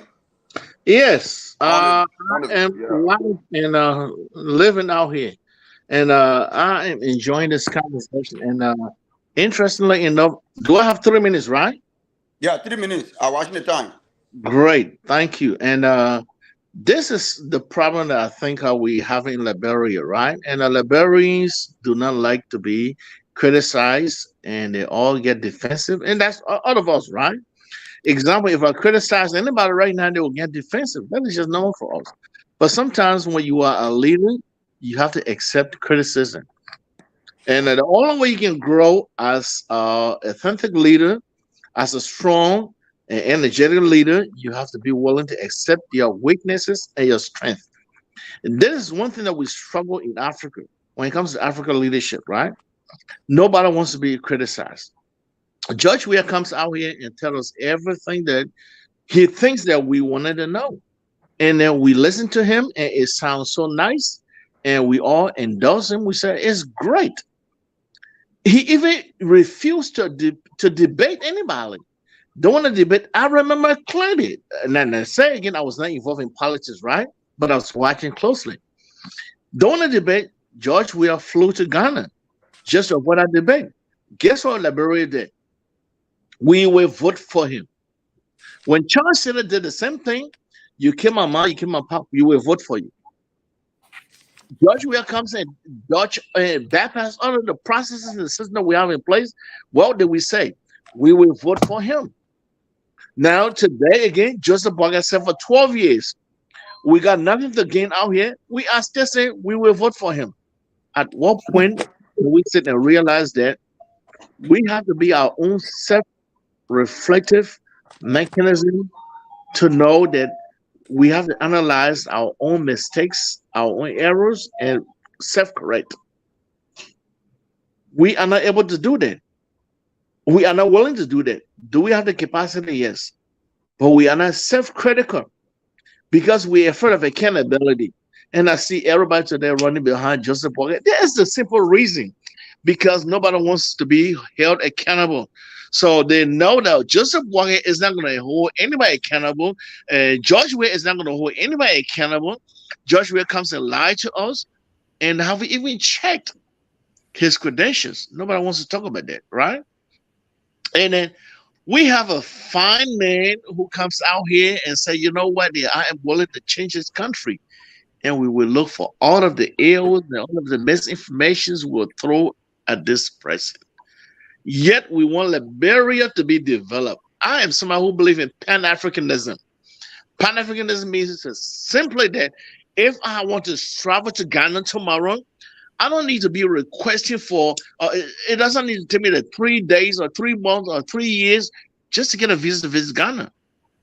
When I'm going to visit my African brothers. When Okay. someone is going to You have 1 minute, sir. 1 minute. Yeah, one more minute. You got it right. Yeah, you got 11-1. So about 2 minutes it'll be over. So you're going to reform my phone, right? My time, right? So my other point I am trying to emphasize out here, guys, man, Liberia, we have to do business. And exactly as I say today, George Weah is now ready to be president of Liberia. We've seen 6 years of his time. Joseph Boakai, I know most of you guys out here are JNB supporters, so you're going to kind of limit us out here. That's okay. So we will continue to speak our minds that Joseph Boakai served 12 years for Liberia, 12 years as vice president of Liberia. And if Joseph Boakai was not able to convince one person, Ellen Johnson Sirleaf, to say these are the things that I solely and passionately believe in that can make Liberia a better country. And we asking him now that this is the time for him to be president, to bring his ideas and dreams.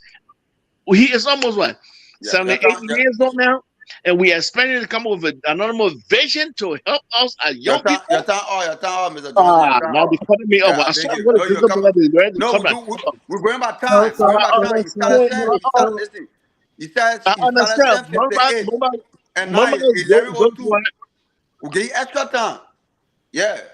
Roma, come here. Roma, come here, brother. Okay, so before I come in with a discourse, Liberian people, we come to this conversation or this discourse with facts and actual information. Exactly. When an ANC person comes, while we're discussing the George Weah speech, and spend most of his time discussing things that are not factual and mentioning JNB name more than he mentioned George Weah name, it tells you there's an agenda. And the agenda is far-fetched. But let me not dwell on that, and let me dwell on the bread and butter issue of the Liberian people. The thing that pinching the Liberian people and the thing that causing suffering for the Liberian people. That's the focus of our discussion. And also, I can't even find the words to describe my dear brother narrative of the issues affecting Liberians. When he even went as far as saying Liberian people are not spectators in their economy. My brother, what heart you have in your chest? What's beating there? Are you purely in denial, or you living in some delusion? Call names, be specific. Call names. No, don't interrupt. Don't interrupt the man. You are talking to the man. Don't interrupt him. I beg you, please. Government, you just need to ask Liberians living in Liberia. I was in Liberia in 2018 when the marketers made a song, not 2019. I was in the supermarket at Vamuma. Ellen was there. When her phone rang, the song that was playing on her phone was Bakugbe. During Ellen time, things were not like this. Made by marketers, not real song, just a voice. The people were talking about their basic living condition. 1 more minute. How will I get 1 minute when I just started talking, my brother? Don't do this now. It's 5. Mama, don't do that. Yeah, Mama is a bad timekeeper. Mama, what are you using? Mama, I'm using my time on my phone, my man. No, Mama, don't do that, man. I just started speaking. So he cut off on you, not complain. And there's too much interruption even in my speech. You need to give me more time. So let's give too much interruption, Mama. Guys, okay, let's go. Let's give Raymond 2 minutes. Okay, go for 2 minutes. If 5. Oh, for real? That is wrong. That is wrong. Look, that is wrong. That is the problem that we have in Liberia. No, it's not a problem. Okay, you know what? Everybody meet themselves. I beg you. Yeah, I beg you, but everybody meet themselves. Let them go in 2 minutes. In 2 minutes, 30 seconds, because all the one talking, and another 30 seconds after the man. No, Baba. Just forget about timekeeping. Let's do 2 minutes. Just forget about timekeeping. Okay, thank you. When George Weah won the presidency, he was asked to rid the alien-led government. I was a critic of that government. And let me make it clear. I'm not a partisan of any political party. So I was a critic of the Ellen government, even though I work in the Ellen government. During the Ellen-led government, there were people working at the level of CDC who were directors, seditionists in the Ellen-led government who were directors, who would wear their party t-shirt and go to work. That's how inclusive the government was. George Weah rated the Ellen-led government 80% in terms of performance. And you could tell from the day George Weah was even reading the speech at his inauguration, he didn't even understand the message. He was not connected to the speech. And whoever wrote the speech, that was a well-written speech. I can tell you for real. I know George Weah as a person prior to being president. When George Weah worked for UNICEF, I was running UNICEF projects. I had interaction. The individual George Weah is a likable person. But the leader, George Weah, is a tyrant. It's a nightmare. It's a mistake. It's a failure in every aspect. And let's talk about coming to a job.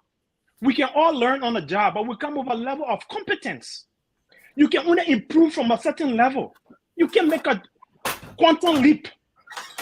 George Weah doesn't ever prepare, so he doesn't even know how to proceed. Look, I come from in government. I know how ministers find it difficult to communicate issues with him. There are some ministers that name are bad to the Liberian people, and still those ministers are making efforts to improve a little. But the president is the problem because he has to agree to everything that is done. When he says no, it's a no. I will quote Eugene Nangbe. He spoke to me and Maputo Vlaimpa. As a matter of fact, I was serving as technical assistant to Maputo Vlaimpa at the time. He said, if President Ellen, you can disagree with her and she will listen to your logic. As much as I'm a critic of Ellen, he said about President Weah, once you disagree with him, he stopped listening to you. If you know any President Weah personal friends, ask them. Our country is where it is because the CDC have failed due to the incompetence of President Weah. We can tell from every aspect. Limo, a Democratic think tank, rated George Weah promises. Out of 109 promises he made, he only achieved on 8, constituting 7%. That's the person we're talking about. So let us not waste our voice talking so much. Like my man Sharif can say, we're beating on a dead house. I rest my case and wave my time to the next. What kind of time you get? What are you waving? After 10 hours of sleep, you will come.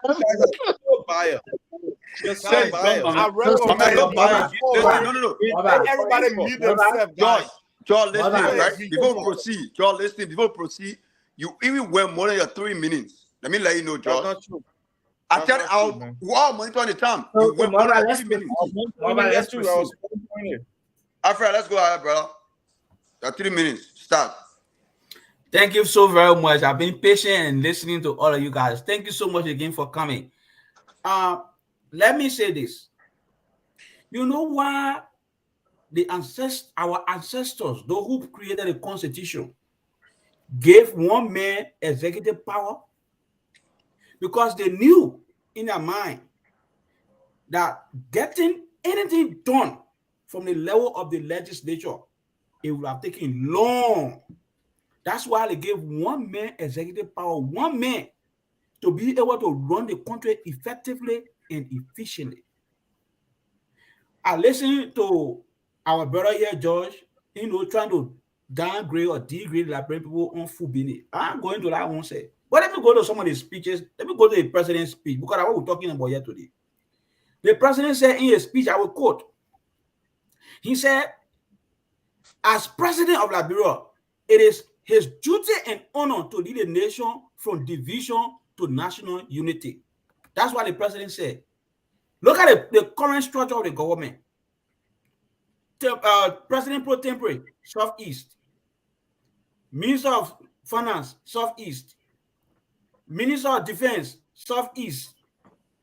Commerce Minister, Southeast. I can go on and on. This is the man I talk about national unity. Look at the structure of his government.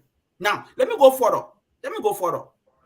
Now, the president also said in his speech that he believed that the most effective way to directly impact the poor and to narrow the gap between the rich and poor is to ensure that public resources do not end up in the pockets of government officials. I will start that. Now you go further with that one. What did we see with the $25 million weapon exercise when someone told us this is the first time that instead of the money being used in the banking system to kind of deal with the crisis that we have, the man said he take money and give the money to you on the street. That's the way he was going to get the library data off the street.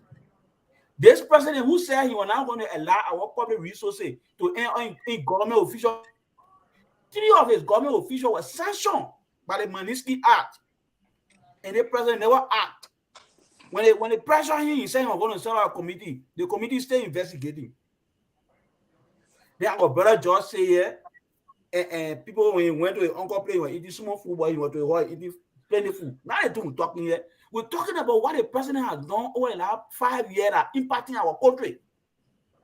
When it comes to the issue of national unity, if you look at the structure of the government, it tells you that the president is not even serious when it comes to the issue of national unity. When it comes to the issue of corruption, this is the first time this president even failed to declare his asset.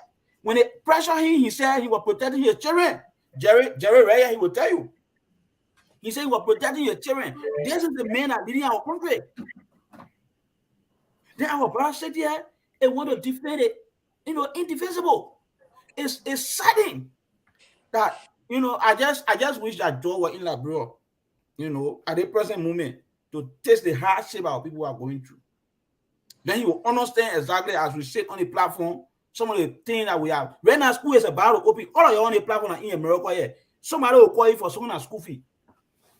Every year, the school fee goes up. Every year, the school fee goes up. People are in abject poverty. We want better for our country. Don't live in denial, Brother George. The reality is the expectation we have for President we are. The expectation we have for President we saw President we are in us. We grew up in the ghettos. We saw President we are as one of us. So we voted in 2017. I voted Joe we are 2017. But he dashed my hope. And that is why I'm here today to vote against him. Because he failed us. That was me talking, that's me cutting me off. You get the guy to go on, even though you say the time finished. The man, give me 30 seconds. Mr. CDC bar. Y'all like to bully people. The gangster style. CDC bar. Y'all like to bully people. The gangster style of participation. They got it in, man. Can I Jared talking? Jared talking. You may have some order on the show, please. You may have some order. Let's have order on the show. What's that? Okay? No, man, I didn't use it on you. I said CDC, my man. I said CDC. I said no, what general? Let's have order on the show. I said CDC. Now you, George. Don't get your feeling, my man. Don't get your feeling, cool, my man. Yeah, come on. Listen, George, I didn't mention no name, man. George, I said CDC. Listen.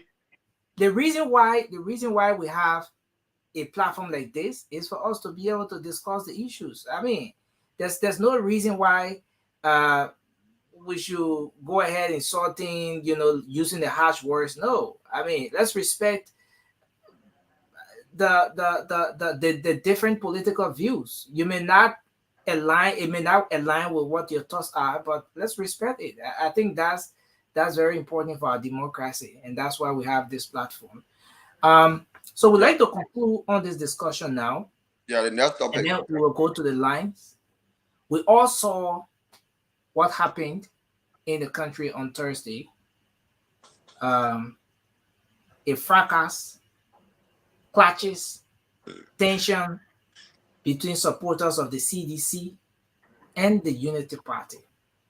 Well, on one hand, the CDC is pointing accusing fingers at the Unity Party. That it was a Unity Party that perpetrated the violence. It's a Unity Party that sent their thoughts to destabilize their own activities. While the Unity Party on one hand is saying no, it was rather the CDC that did what happened. I want you guys. I mean, and I know that you guys are from different political parties. I want you to share your thoughts on this. what does it mean for our elections as we go to the polls on October 10th? It's just 1 week into the election. We haven't gone anywhere yet. We haven't gone anywhere. We have over 1 month, 21 days plus to go. And too early, we started to see we started seeing these kinds of terrible signs on the walls for us. So I like mobile. You can go, and then we will make the rounds. And let me just do this, since I want us to be fair, right? George is the only guy representing the CDC here. So anyway, but let's make the rounds. Let's Well, I suggest that too. Give him more time. Give him more time. I suggest you give him more time. I suggest that too, so he can answer most of our questions. Yeah. So you're gonna give me more agree. time at CPP, right? At ANC. Yes. No problem. You're gonna give me more time at ANC, right? No, you're too. ANC too. Let him talk. I'm glad that you all That multiply George time out too. And yeah, so brother. George will be Let giving me you go 5 there. minutes. You waiting for him. You have to that spoon for him. You see, I have dissenting Yeah, opinion. Bring the spoon for I the mayor. was looking for him. But why the man would be on spoon and hit spoon? I have dissenting opinion. I Let mean, me you get have about to all 5 minutes here alone. spoon. Come on. Yeah, I don't hear spoon. All right. So guys, let me go Okay, on. yeah, so let's go. Yeah, all right. No, don't mind me, man. I just be getting under your skin, bro. I understand. Yeah. You know, Nelson, like, you know, we see more violence. I can say that for real. We see more violence. The one we saw the gone time. People say, Unity Party also were attacking the like CDC. But the video that I watched from the beginning to the end, I don't see no Unity Party person who like probably attack or seditions. Because first of all, don't forget, the whole area that where President we are at, the sedition were many. Even someone that were on motorbike, there was many money the Unity Partisan who was passing through. Even someone that was even like maybe trying to make our way to the Unity Party headquarters. There was no way. Because why? The sedition were blocking some of them. And we saw the violence. But let me tell you, the solutions to stop those violence depends on the government shoulder. It depends on the police that we get. How long it take to solve crisis within our country? That's why we pay police. We're a taxpayer. We pay police to protect life and property. But we can't dispute the fact that we know within ourselves the police have been biased. They're only for certain people. They're only for certain side. And it's wrong. We can sit there all day. We talk. But end of the day, they get people who planted in the police as a seditions to protect their own. It's not to protect other partisans. And it is wrong. You can't bear the bash of our nation and then be biased. You gotta be real. So let us say the fact tonight. Let us explain to the Liberian people. Let us speak the fact to them that, oh yes, they got people planted within the sedition, within the CDC, police that wear uniform. And today, what are they doing? They're only there to protect their own. How many Unity Partisans you can see today will tell you, say, CDC protect me from chaos, CDC protect me from riots, CDC protect me from protests. You will not. All what we've been seeing is that the seditions, the police, the seditions have been planned within the police to carry on those identical acts against the Unity Partisan. And even it's not even, I mean conclude, it's not even only the Unity Partisan, but any other political party for that matter. The people are only there to protect CDC. That's it. And we're here today, we're here tomorrow, we'll keep on seeing those things every day in our daily life. I conclude. Thank you very much. Dure? You are muted, sir. Oh, but I Jerry, thought I was next.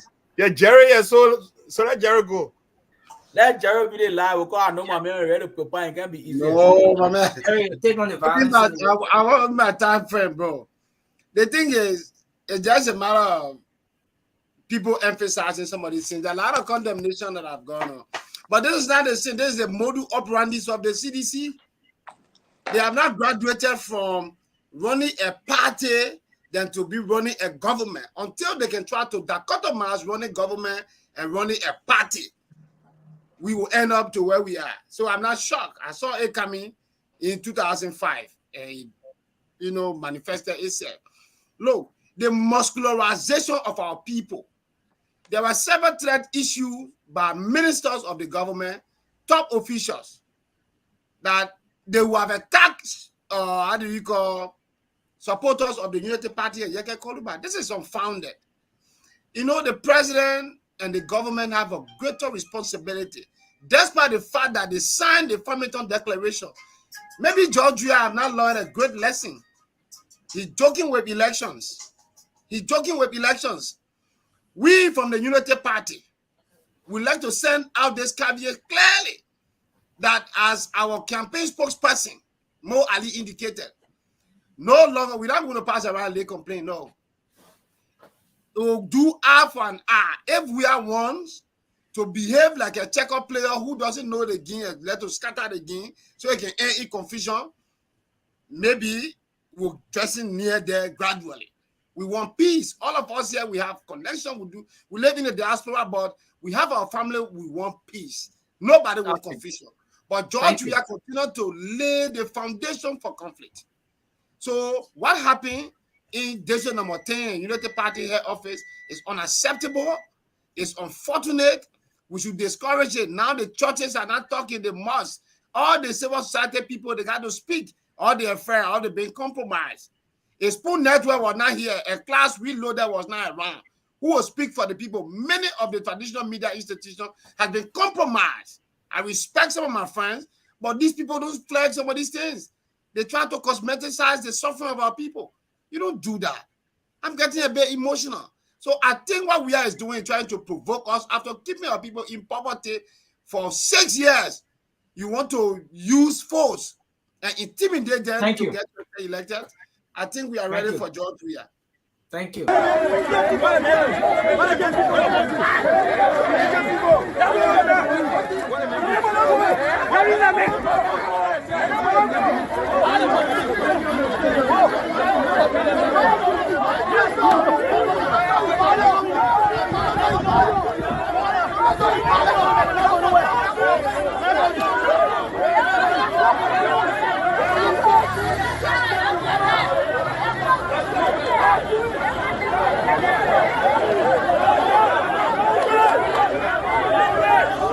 Explain to us.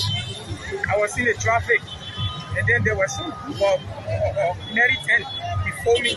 I told them, your PSQ, because there was no car in front of me, your PSQ couldn't go. And all of them were making and say, what after telling PSQ, they keep going. What did they ask in our car? Road Junction. I got down, hold the mention. I called it. Junction? Yeah, the junction, the junction to. Who got you on that? One of the married men.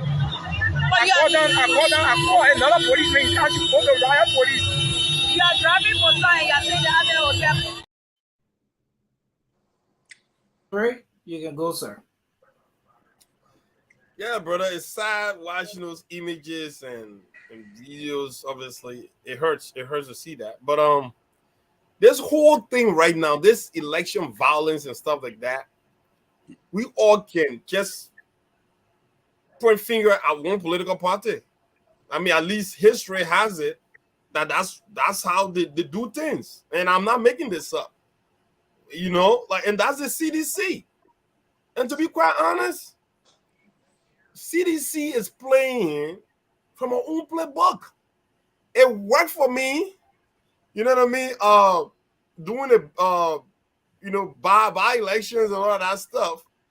That saw Abu Bana Kamara representative today. And why should we stop now? You know what I mean? So look, let me tell you this. Like Mahatma Gandhi said, An eye for an eye. We have the whole world blind. But guess what? A punch for a punch, for me, in my book, will be equal. No one is yet preaching violence. But how many times you going to tolerate somebody pushing you, somebody shoving you, somebody making you to not attend your rally, somebody preventing you from doing something that the Constitution gave you the right for free assembly, and the government also is there to give you protection per the Constitution. So, guys, we can say all of these things. The toting of the casket bearing image of Vice President Obwakai set the stage for how CDC is intended to actually proceed with these elections. That was the very first day since the election was open. That was CDC's show of how they were going to actually go through with this process, because that was a clear manifestation of a provocation. Okay, so that's that. All right. By the end of the day, let's tell President George Manning we are in a CDC-led government. If anything should go wrong in terms of election violence and stuff like that, the government should be held liable, right? But any reasonable leader, you would do your due diligence and you do everything within your power to make sure that nobody is doing anything that will put police. And we can say all the men out there, the policemen told me to call riot officer and stuff like that. Bro, if I'm underpaid, I'm not going to subject myself to any bodily injury that I know even the government will not look after my medical bills. So the police officers, they're not getting paid on time. You think they're going to put themselves in situation? They got family to take care of. All right? As the saying goes, empty bag cannot stand. And if I'm not getting paid, I'm not going to subject myself to any injury. I'm sorry. Thank you very much. Josh, you have 5 minutes all onto yourself. Oh, wow. Oh, thank you so 5 much. minutes. Yeah, look. Wow. Yeah, it's just like a Herculean task, to respond to everyone's question or everyone's concern, because you guys, I think you got about 6 persons now. So what I want to do first, I just want to speak on what I think is the way forward, and I think I want to agree with Moba for this portion of the discussion that violence is almost impossible to avoid violence in these elections. And the reason is clear. The reason is that there are certain people in Liberia who think their birthright is to be president in Liberia, who think that they are the best. No one else should be in power except them. Even if they are taken from there democratically, they want to be there at all costs. So they will attack on us. Anything you do, anything you say, they will make trouble. And I think that exactly goes to the most arrogant group of people in Liberia, the United Party contingent, who thinks that if you don't support Waka, you're either stupid, or you don't love Liberia, or you're being paid, but they don't get paid for defending Waka, who have been in government for 2 years. For the 2 years outdid me and you, everyone combined on this. He start to use inventive now. You might be correcting him. No. Hey, Jerry, we're not doing it. I beg you, no, Jerry. Jerry, we're not going to do that. Leave it, man. Let it make Jerry, we're not doing that. I beg you. No, I don't want to. That man speak as much You can discuss the issue. Nobody is such we are here. Jerry, where's the insult? Jerry, I beg you. Go ahead, Josh, you got it flow. Go ahead. No, Josh, you got it flow, my man. We got to put this in order. Okay, you got no it worries. flow. All right, thank you. No worries. Insult and being using Jerry, calm down, Jerry, let it go. What are the men insult? The men insult. Reach your time. You can discuss it. Or So let me say this. When Jerry come again, put him in the back.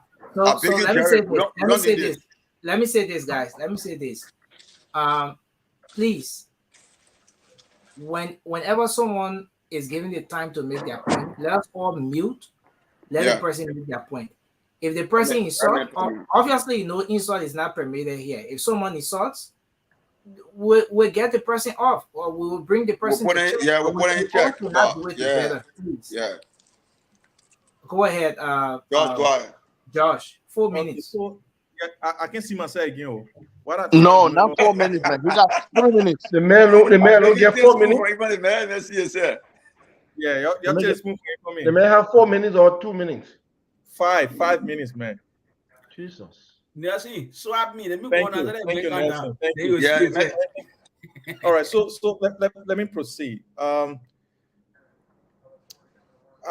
so thankful to be afforded this opportunity, you know, to be able to participate in our national discussion. Because I got even one of my friends, one of my former workmates, Patrick Okai, I saw a comment here. So these are the people that we left many years ago, and we can still, you know, they can see us and we can contribute to the national discourse. But here's the thing.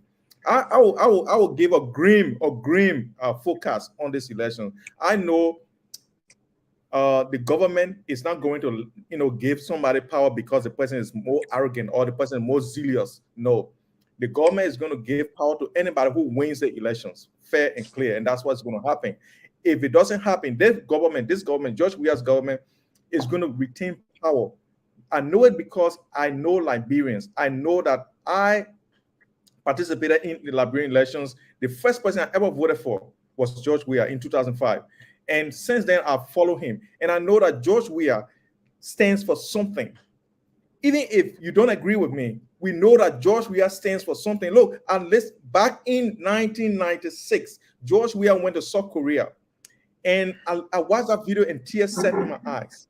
That he was advocating for Liberians. And if you guys need a video, I can send it to you. He said, look, people are dying in the streets of Monrovia, and we dearly need intervention. Our people are dying, people are starving, and a lot of people, you know, has already lost their life in the senseless war that his country was fighting at this time. He described it, and he said he won for the international community to come. And guess what? After I think a few weeks, we saw ECOWAS in Monrovia, and we saw things, started happening. And then all the time I've known George Weah, he was a man who stands for peace.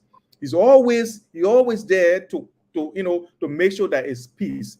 And if someone says here that George Weah is responsible for this, is responsible for that. Look, it's political time. I agree with you. If you want to say anything, it's your right. You can say anything you want to say. But what we do know George Weah of is a man of peace. George Weah wants the best for Liberia. He has always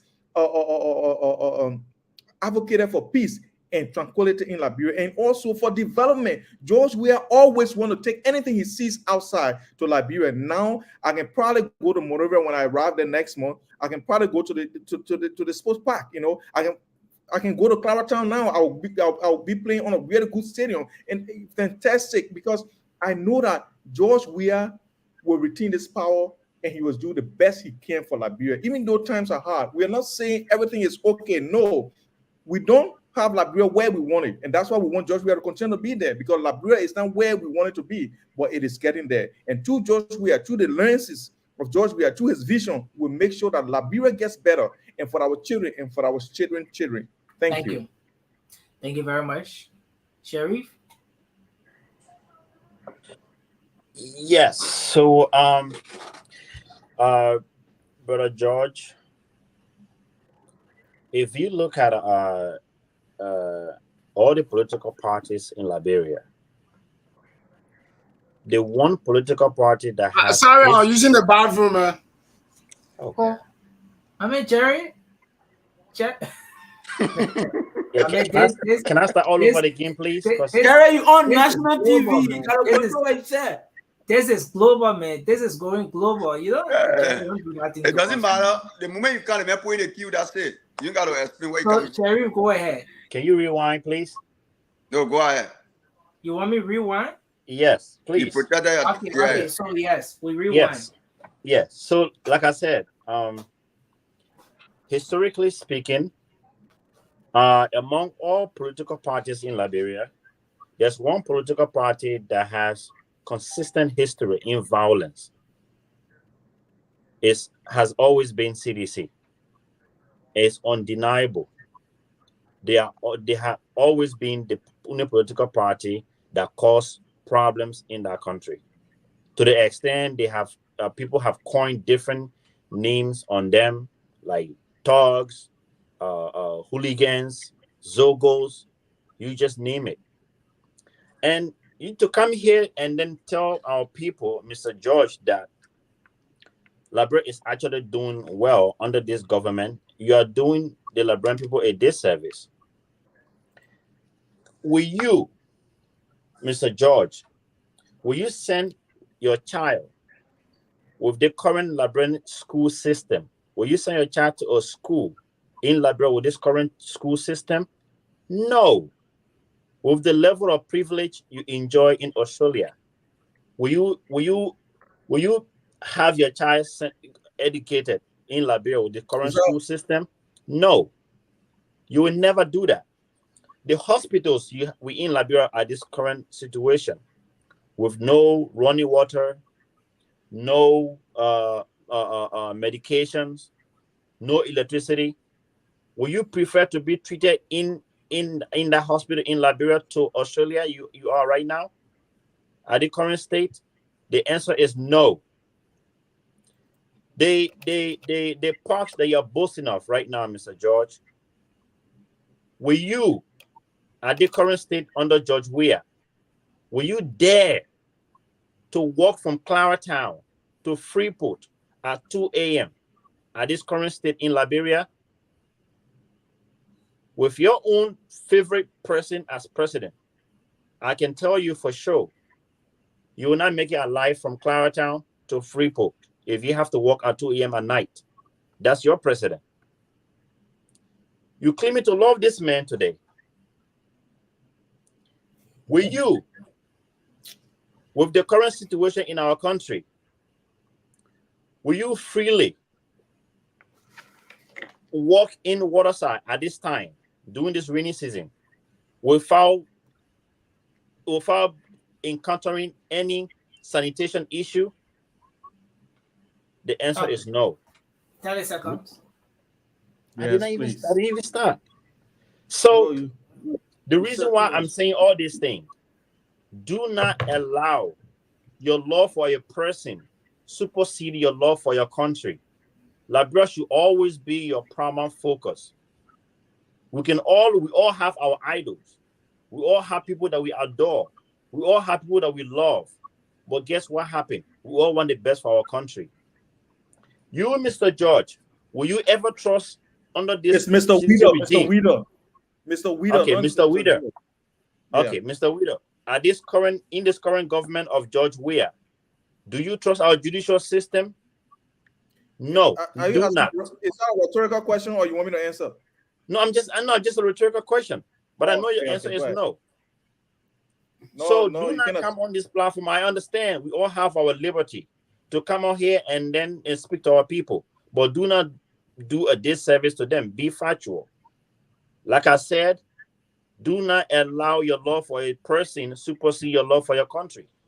Liberia is at a critical state, and it needs to be rescued. This is why we want Joseph Numa Boakai to come and rescue our country. Thank you. Thank you. Remember the time will come, just wait. So we move to you, Mr. Johnson.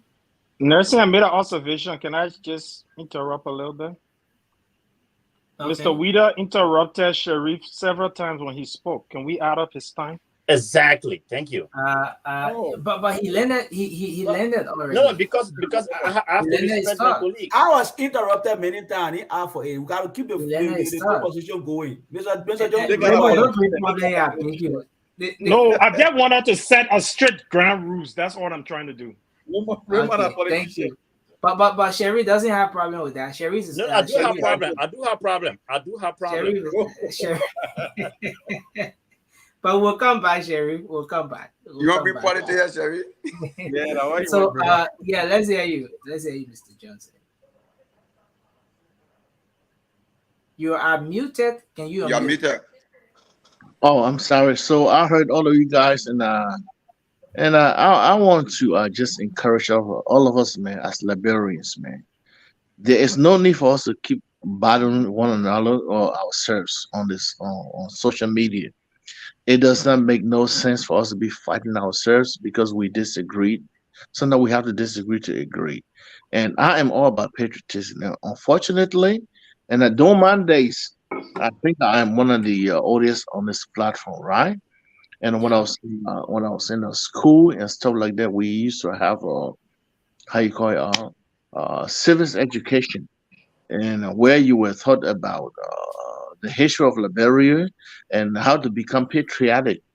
And once Liberia reached at the point where they moved civil education from our system, and then things started to fall apart. Like we used to read about Chinua Achebe, and things fall apart, right? And these are things that we have to think about. We have to go back to, right? And history is important because if you don't know where you came from, and if you don't know where you are, it is difficult for you to determine where you're going to go the next. And these are some of the things that we're talking about out here, man. And I want to be just grateful for Spoon TV, and I want to really appreciate this late night television program that launched by the former CEO, and of course Nelson is like running this program absolutely great. And hey, Nelson, if we can do anything to support this program to work, man, by all means, please, man, reach out to me, man. And I'm gonna find you on the WhatsApp today, and I'll see if I can be able to reach out to you, and you let us know. And we all here as Liberians, right? If we can contribute to make this program to be successful, man, let's do that. Let's sacrifice. If it requires it, now, by all means, let me make this a disclaimer. I am not like the CEO or the former CEO, right? I'll go and push my cartoons every day, but if I need to work extra 1 hour to make that extra one dime to make sure this program works, man. If we can all commit to that, I am willing to do that, right? I am willing to do that and hold me by my words, and I promise that. Let's do what we can do to support this program, especially this late night political talk that we having out here through this election period. We have to support it. I want to commit my 3 minutes to just to say, hey, I want to motivate all of us. I want to encourage all of us, man.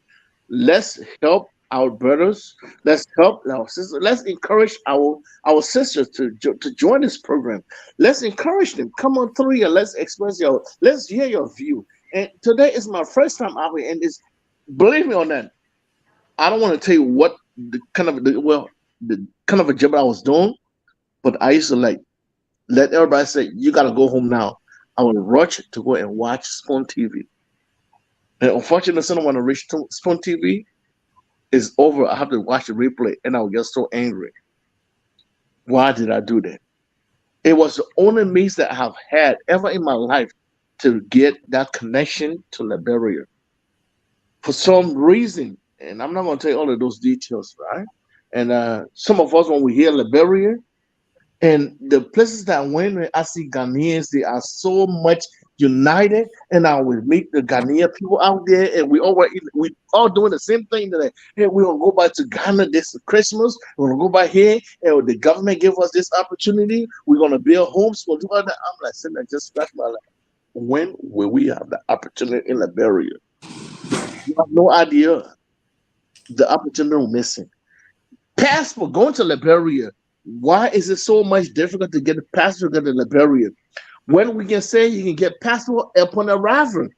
And if you come to Liberia, to Roberts International Airport, all it requires you to do is to pay $10, which is going to be so small. But think about how many people that would come and pay $10 every day.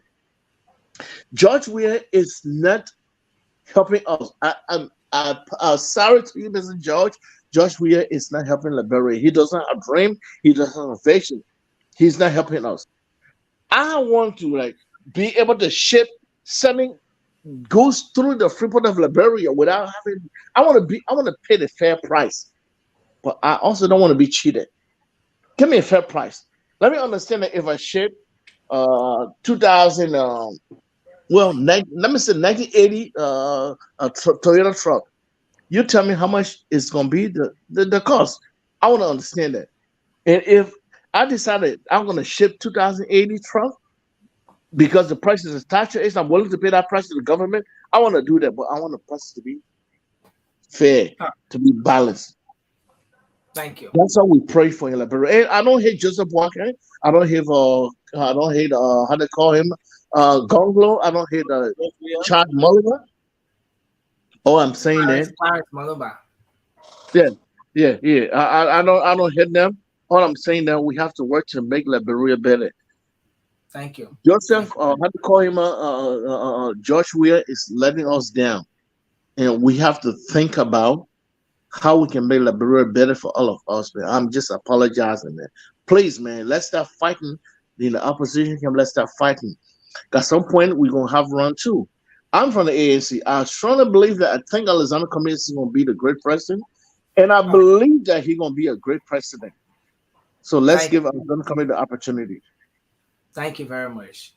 So the clock stops for other people, right? Or for just work for other people?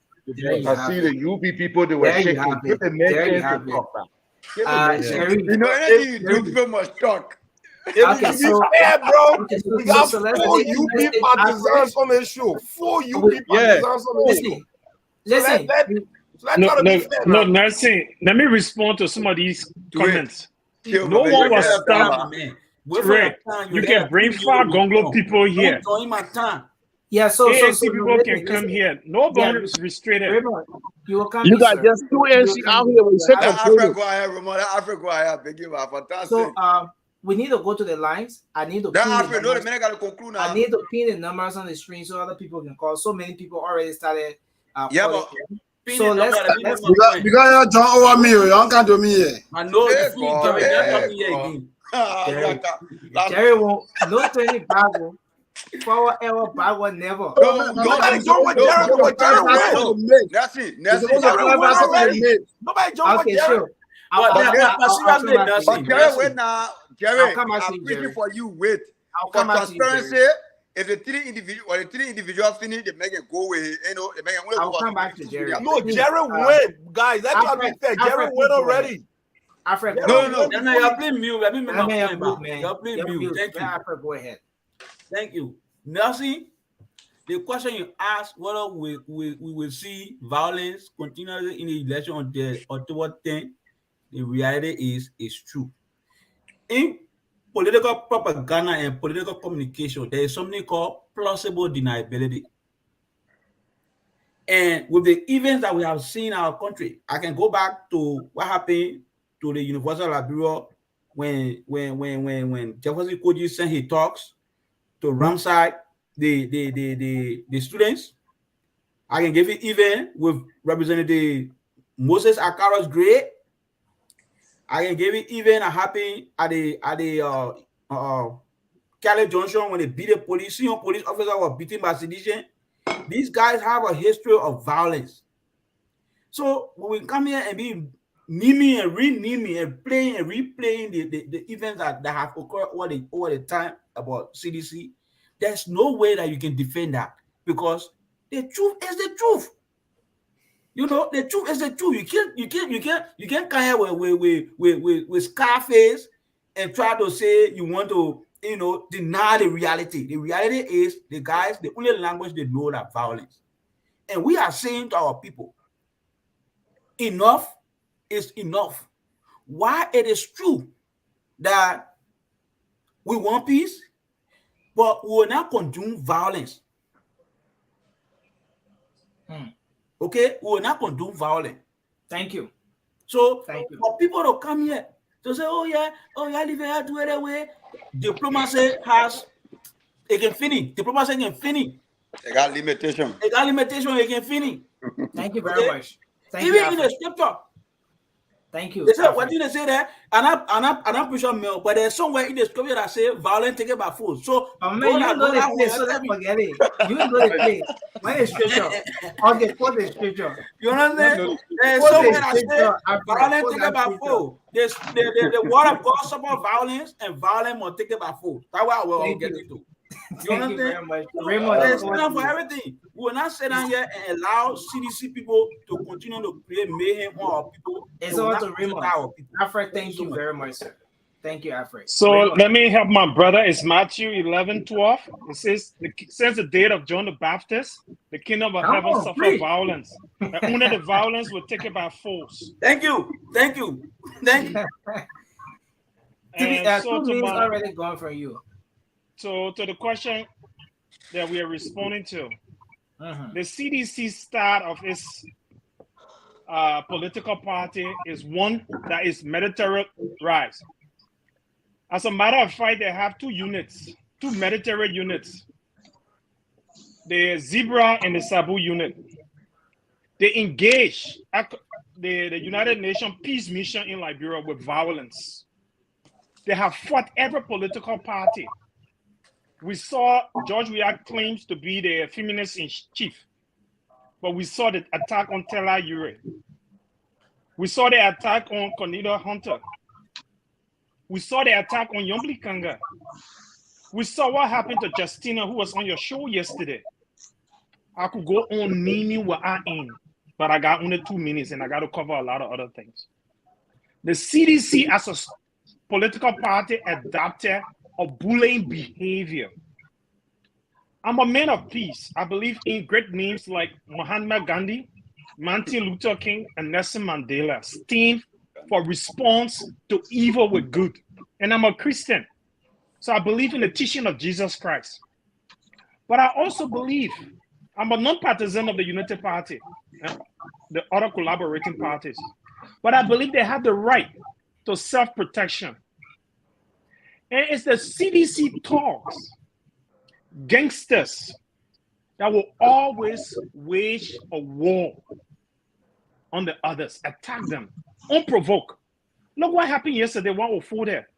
The ambassador, Joseph Yema Boaka, a peaceful man, driving to make an announcement. George, we are not around there, sedition blocking. People on motorbikes trying to go to the rescue center were beaten. We saw it. A driver trying to earn a living in a hard situation in Liberia behind a taxi got beaten and hurt. By whom? In the story that my brother George responded to, he said there's a guy who said they cut the ear, watch the whole tape from beginning to end. The guy tweeted his statement several times. Oh God. When you watch the clip from start to end, the guy's statement isn't consistent. Yeah, George, His statement isn't consistent. Raymond, you have 30 seconds remaining, sir. So, and George interfere. I hope you're going to add that time, but it seems George got the right to interfere anytime. No, so, 1 second. 1 second was added to your time, sir. Okay, thank you. So what I'm trying to say, look, gentlemen, Liberia belongs to all. The democratic process is where citizens can exercise their franchise given by the Constitution. I'm appealing to seditions and the president himself, George Weah, and everybody else, including Jefferson Koji, the instigator of violence in our country. Stand down. Every Liberian deserves a say in this election. Government do not belong to you. If you continue to provoke the Liberian people, you can't withstand the heat of the Liberian people. You don't have their security. One security person can match 10 Liberian persons. So just stop that. Thank you. Cindy, Cindy, you have 2 minutes, sir, because you are here, you landed, you came back, you had another 2 minutes, and then you went and came back. So just take 2 minutes so we'll go to the lines. Yeah. I mean, it's a privilege. It's a privilege. I ran very fast to come back here. So, in this discussion, I mean, the topic that I met here is really good. Look, I am not going to blame or put blame on either side. Whether it's the CDC that is instigating this, whether it's the UP, at least so far I'm hearing those 2 political party names. I have not heard anything about the CPP, but I'm not here to put blame on any side. I'm here to talk to my young people like I have been doing for the past couple days. Do not allow those people to put you against your own brothers and sisters. Out there, I am not seeing George Weah children. Out there, I am not seeing the children of Mr. Boakai. Out there, I am not seeing the children of Mr. Edison Cummings, my candidate. I'm seeing you. Their children are not there. They themselves are not there being hurt. Their children are somewhere else enjoying lives. George Weah children, we know where they are. Do not allow them to put you against your own brothers and sisters. Do not allow them to bribe you with $10 US, with $50 US, with $100 US. Do not sell your life for that. We already experienced wars in our country for similar things like this. It took us backward for many, many years. It is not normal that a 30-year-old is still in high school in Liberia. It is true. I graduated with people that are in their 30s when I was in Liberia. It is not normal. But what happened was we experienced war, and that put us behind. It is not normal that a 40, 30, 25, almost 50 still living with your parents, still begging for food. You don't have anything in your own name. It is not normal. But if we go back to war, if we get back to chaos, it's going to put us behind even further. Let us go to this election peacefully. If they tell you go out there and fight your brothers and your sisters, refuse it. Let us go to this election peacefully and elect the right person. Thank you. The right person for me is Mr. Alexander Cummings. He's coming into the picture with new ideas. He's coming in with new system, things that we have not seen before. Let us change the old system. It's not working for us. Let's bring an entrepreneur or business mind that will face our economy so that you, my friends, can have job. And you don't have to go to a Samuel Twer to beg him for money. You don't have to depend on a Samuel Twer to give you $50 to go fight your brother or sister on the street. Exactly. Let us end that. Thank you. That was Mr. Arizona comments. Thank you very much. Can I get all the way. 2 seconds to ask my brother Cindy a question? No, Raymond, we'll come back. Raymond, Just a question for Cindy. Cindy, Arizona Cummings was Let me attacked ask. your Let me hometown. ask a question. Please, Andrew. let me ask. Mama, so what happened to me? Arizona Cummings No, you was got- attacked. you- It had you to got take two people. AFL soldiers Yeah, to let me save get his my- life. And the attack was at Let's mute. Let's CDC. mute. But Jerry, when you please come mute. and say that you don't know who's to blame, I don't know whether you remember that. And Gongolo was attacked recently when he went to make a statement at the embassy. Recently, I don't know whether you're following these things. I do. Thank I you. do. Remember, my position here is that I don't want to put blame on either side. I know these things are happening. We are all seeing them. I'm just Be talking to fair the to the young. process, I'm my talking to brother. the young people. I believe those people has been pushed to do some of these things. I'm just talking to the young people around my age, to not Thank you listening very to the much. politicians. Thank Jerry, you. Thank you let very Jerry much. go. Let Jerry go for 2 minutes. I beg you. I beg you. But Jerry, Yes. Jerry win. Jerry, no, Jerry left. Which He one left. would have pulled But- Jerry? He No, left. that's what Mama, we I need. left. Say about Hey, Jerry. I'm sorry, I just saw it here. No, we can't do this with Jerry, man. Jerry, Let get Jerry, Jerry 1 No, minute. if she Let wants get to Jerry speak, 1 minute. I can give my time to her, but I mean, let it be established that I have not contributed. The man on talk, the- man. Let him get Now 1 I, minute. now I 1 minute, never 30 bought Jerry seconds. stock. Jerry always here to me. I love you, that Jerry. Let me give you Okay, a but kiss. are you a JNB or what? Me? The only female we have on the platform. Okay, She's a so James.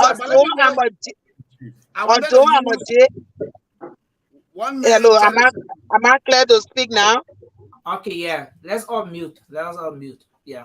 Although I'm a JB supporter, but tonight I am here to represent the Women of Justice, which is my organization in Liberia. We fight for justice.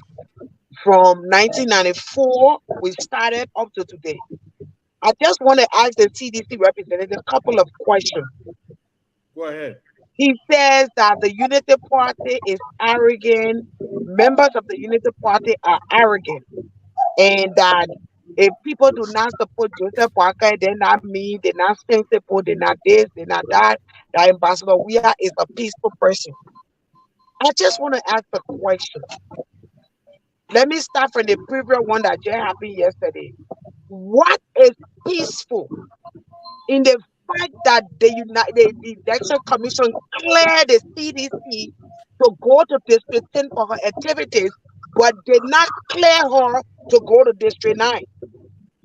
What prompted him to lead his people to District 9?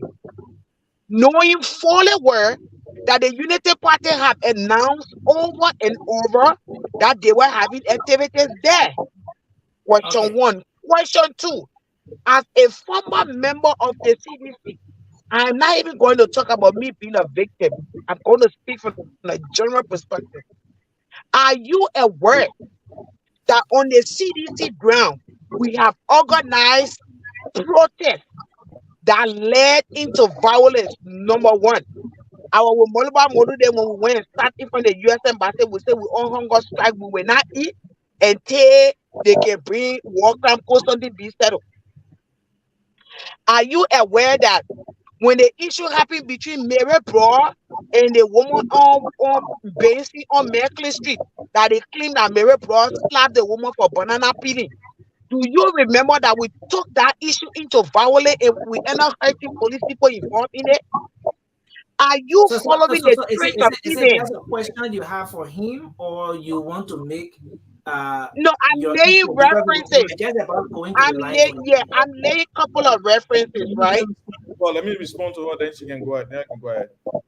Yeah, so I'm laying references as a way of reminding him to know that 4 minutes you get, man. 2 minutes plus or 2 minutes. That CDC is actually have been engaged into violence. And I'm gonna need it. Is he aware that at the party headquarters, at the generator room, Coachy opened up play at the prison center and beat one of our own parties in and put them in there, and the guy was in jail being flogged, that somebody had to record him, and then that video went viral. Are you also aware that Coachy flogged somebody for no reason, put him in a house generator room for the second time? Are you also aware that when the CDC went to Riverside County for campaign to Conference 3, we flogged people there because they disagree with us? They were Liberty Party people. Are you also aware that an EPS officer got EPS officer flogged a motorbike person at his house when he was city senator? Are you aware of all these different events? The event that took place in West Point that even led to this extent where the AFL had to get involved, where the AFL had to fire a shot that poor the innocent boy got shot in his leg. Are you aware of the party trick and events of violence? Thank you. So what is the point? My question to you is this. This is my question. Please give me one instance on the record where the Unity Party in Horse-Supporter led violence in the nation. Thank you. Okay, so that's a question. So can I respond quickly? Yeah, just do that in less than a minute, sir. All right. So look, maybe Justina might have forgotten me, but I think she can remember me. When I worked for the UN, she was there. An event happened in 2004. Justina was a run leader when they brought a UN car. No, don't deviate, because I will catch you by the record. Because let me tell you this: if you're in the US and you falsely accuse me on this platform, I will take you to the law. No, answer the question. Go to the question. Don't talk about my personality because you are about to lie, and I will not let you do that. I never let no demonstration with the UN. You gotta stop it. Answer to the question. No, answer to the question. You gotta stop the lie. Answer to the question. Guys, we have so much people in this program. Hold on. Can I come here, little gentleman? Everyone has the right to protect their image. I don't think we should go personal. Everyone has the right to protect their image. This is a public wire. When you put information out there, you can't get it back. Josh, let's have Josh to respond to the question. You see, moderator, I'm not cutting, I'm not being rude, but we gotta be very honest when we come on national platform to discuss national issue. Let's stick to the national issue. We all here can get on, we start pointing finger at people. All I'm telling him is that if he's in the United States and level any allegations against me, I will sue him. I just want to put it on the record. Because with my case with the UN, the records are there. Okay, so let's give you a chance. So, just before I go to Josh, let me you answer the question. Yeah, Josh, please answer the question. Address the issue that she raised, so that we can go to the line, because we're out of time already. We need to take participation. Thank you. And gentlemen, one of the things you can do on the show is to ask me a question or ask anyone a question. What you cannot do, what you don't have absolutely no right over, is how the person answers the question. I could I dodge the agree. I could dodge the question. I could answer the way I want to answer it. So Okay, do you want to answer the question or not? let's be very Josh, civil Josh, and understanding. But I'm laying do a you- basis. I'm laying a basis for the answer to this question. Justina knows me. I know her very I well. don't know you. I don't know you. I'm going to tell you. Okay, Can you guys so agree okay, We're not with having me? a I'm conversation. sorry, We're having a since Q&A. listen, Discuss we the will. issues. Stick to the Okay, we issue. will have to go to the This lines. is a We public will have to go to discourse. the lines. The We will information have here to go goes to the far lines. and wide. Any allegation on a So, the person has a right to defend themselves. Yes, Calvin, but No, equally no, so, no. Justina has to be patient. She has to you be can call patient these till the brother numbers. is through. You Then she can can call these respond to Exactly. Let it. me numbers. finish Your speaking. You contribution guys Let be me to finish the speaking, then on she the can respond program. to it. exactly. Uh, And you guys are allowing her to go ahead, and then you are saying somebody repetition. But I Okay, did let me not attack your personality. I But the did guy not not attack supposed Georgia's Justina. He haven't personality. even said anything. He haven't said I want to anything. discuss the No, issue. gentlemen, he said something. That be honest to the discourse. He said something. okay, That so was a definite statement. What he Raymond, said, please mute, sir. that was Can a you please definite mute? statement. Okay, so let's go to the lines. When we come back, we will go across so that our sister will have time to be able to make her point, and then maybe George will be in a better position to hit the hammer on the nail as it should. So those out there watching the show, you can call the numbers on the screen now via WhatsApp. Call me up this morning and make your contribution on the program. You're watching the late night politics on Spoon. I'm Nelson Colette, and of course, our team of panelists. They're all here making their contribution. So it's your time to participate on the show. So I have the numbers up, and to all of you making contribution on the show tonight, to the panelists, just know that there will be questions that will come to you as well, and we hope that you will just be in the position to answer some of those questions. So the numbers are on the screen now. Let's see if we can go to the lines and start to take your calls. Let's take our first call here. Hello, you live. Hello? Good morning. How are you? Yeah, good morning. Go ahead. Yes, my name is Godwin Bill. I call you from Pennsylvania. Okay, go ahead, Godwin. Yeah, I was on the show and had to leave for some reason. I think I'm following and you guys are still discussing as it relates to violence in our country as election draws near. Yeah. I think the CDC government, they are noted for violence. The records are there. There's nobody on the platform or any physician can dispute the fact that CDC are not noted for violence. And we saw in recent times when the summit film declaration was being signed, where the president, the political leader of CDC, Mr. President George Weah, attacked Reginald Goodrich at that Farmington summit declaration. Okay. And it was a very ugly behavior on the part of Mr. President. Thank you. So when it comes to violence, CDC are noted for violence. Thank you very much. CDC are not noted for violence. Thank you. Let's you then take this person. Hello? Hello? Good morning. Go ahead. Can you go ahead? You are live. Hello? Hello? But why will you call on the show and you're listening to another gadget and you're not answering? Is it that you want to listen to the gadget instead? Then you could just forget about calling. Let's take more of your calls on the numbers on the screen. You can call any of these numbers direct, or you can call via WhatsApp and we'll pick up your calls and you can make a contribution on the program. Let's see if we can go back to the line and take another person here. Good morning. Good morning. Wow, again we lost this person. Let's see if we can do this. No, we lost this person here. So we take this call here. Hello. Hello. Wow, again we lost this person. We have another person from this line. Sorry, let's see if we can get this person coming through. Hello? Hello? Good morning?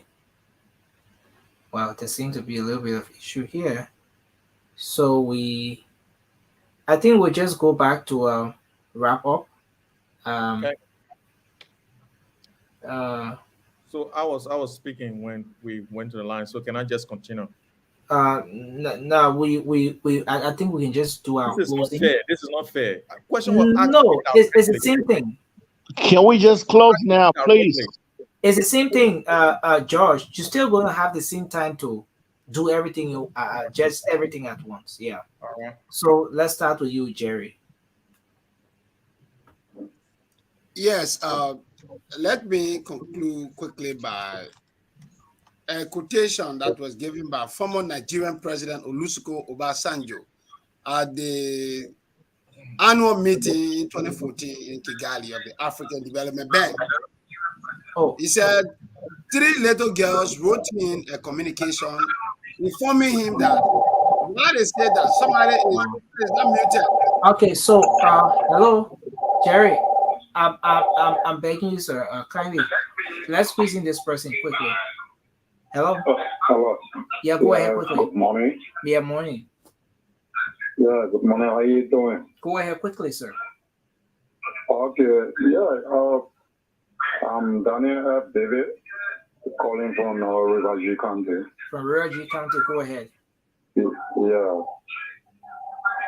So, what on my mind tonight concerning about what's going on in the country? Hello, are you there? Yeah, but you can't be listening to that gadget. You have to first call it off. Okay. So I don't think we're taking calls again. Just wrap up on your point, sir. Yeah, those 3 young ladies said why we have a past that we did not understand. We have a present that is confusing. We have a future that we have no confidence in. This is exactly the case of Liberia. We have challenges in the past. So our citizens came together in 2017 and elected George Weah, looking at him, seeing themselves through him. But then to get the level of disappointment, with all the corruption, bad governance, and everything that are not in line with good governance principles. It is unfortunate. It's about time that we change the course of our politics. Let's ensure that we let Joseph Boakai. And conclusively, my brother was saying something, most of my guys from the ANC are a little bit hypocritical. You cannot be celebrating Ellen Johnson Sirleaf, who was the head of state, who have authority to dismiss people. And then you are blaming Joseph Boakai, who was a vice president, who did not have the authority to say, you go to jail, you do this, you appoint, you appropriate budget and all of that. He had consultation with the boss lady, who was the president. So let's be honest here. If somebody perform and build their character, let us praise them. Joseph Boakai have demonstrated he's the best. He's the choice of the people, and he is the only presidential candidate that have a clear layout platform. So we can continue discussing it. Let us vote Joseph Boakai. Thank Liberia, love Liberia as we implement the arrest. Thank you very much. Toure? Yes. Yeah. First thing first, let me start off by saying thank you always. It's always a pleasure to be on here. But I can go on a limb to say that our behavior on this platform today, you know what I mean, was absolutely unacceptable. I don't think we can actually conduct, a program like we did today. And I hope moving forward, we can all actually conduct ourselves in a professional manner that I think we all are. So having said that, let's talk about, what I see moving forward. I want all of us to approach this process peacefully, and to pray for our country every time we're about to hit the bed, that everything that's going to happen after the election can be peaceful, and our next president, obviously, I hope that's not going to be it's not going to be Joseph. I mean, it's not going to be Joe. That's for sure, because I think the Liberians have seen a lot The Liberian are saying that George Weah does not have what it takes to lead this country. Liberian are saying that George Weah is not even pretending to learn on the job like we all can. And it also shows that the president is not even interested in leading the country. And people will tell you, if someone show you who they are, I mean, believe them. If you don't believe them by their actions, you believe them how they carry themselves. And the president have not done anything in the past 6 years or close to 6 years to indicate that if we give him another chance, anything going to change. Thank you very much. Thank you very much, Dewey. Josh? Thank you very much. Look, since I'm not responding anymore, I just want to say I think George Weah is the president for this nation. George Weah, throughout his life, all he's brought to us was pride and dignity as a people. Because of George Weah, we are known around the world. And his followers emulate his example, what he's ascribed to, what he's continuing to do for us. And I think that we might all have different, vision for Liberia. But I think it's no doubt that anyone here this time, or is I think about maybe 2 o'clock here. We're almost 2 o'clock here in Australia on a Saturday. But I know in America, some parts of where you are is late. So you should be sleeping, but you endeavor to be here. That is love. That is aspiration. And I must commend it. And I know that deep down in your heart, you know what is true. You know what is not true. And I know that so many people will come online for their own, maybe for their own reason, will spew lies, misinformation, because they have an agenda. But I know that we are good people. All we want is a better Liberia. And I think, and I believe with all certainty that George Weah is the best person for this nation. George Weah has brought a lot of things to this country. And if you're here today and you want to say, oh, Jefferson Kochi killed this person, oh, this person did this one, without any facts, without anything whatsoever, but because you know you want to be seen, you want to be heard, so you spew out lies, misinformation, it's all your fault. It's your part of what you want to contribute to the discourse. But we are here to provide information, factual information, facts, and also a learning curve for people so that people can learn, people can know about where they are from. Because some of our children don't know Africa, don't know Liberia. So we're here to say that and to make sure that Justina, who came here, I know her, she doesn't know me. If she thinks she doesn't know me, but I know people who can testify that who were in the same place. And the information that I gave, that she was a ringleader and she lied about the UN boss. She lied about it. That's why she got dismissed. So if these things are part of someone, they don't leave it behind. They will always take it wherever they go. So Justina will continue to go on from one lie to another, lying and lying and lying. But one day that lie will catch up with her. And we're here, we're watching. Thank you. So, okay, thank you for your contribution. So can I give my statement before? We'll soon come to you. Mr. Johnson, let's hear you, sir. You are muted. You are muted. You are muted. Thank you, my brother Nelson and Liberia. If you are listening to my voice, I want you to hear one thing. First of all, I want to thank everybody on this platform that I had the opportunity. I had the opportunity to sit with you today on this platform, and today has been my first day on Spoon TV or any other media for Liberia or about Liberia or for Liberia in Liberia, period. And this is one thing I want to say, right? Life is about accountability, and for some reason, we do not encourage accountability in Liberia for so many reasons. And we have to change that. Liberia can be changed. We have to be self-critical of all of and about ourselves and what we do, what we contribute to Liberia, right? We have to lead our country in a way that we want to be remembered. Ghana is leading us. Sierra Leone is leading us. Guinea is leading us. Aboriginal or Africans is absolutely leading us. Why? When we have all of the resources that we can be like the go-to zone, poor leadership is affecting us. Josh Weir has misled us. He's let us down.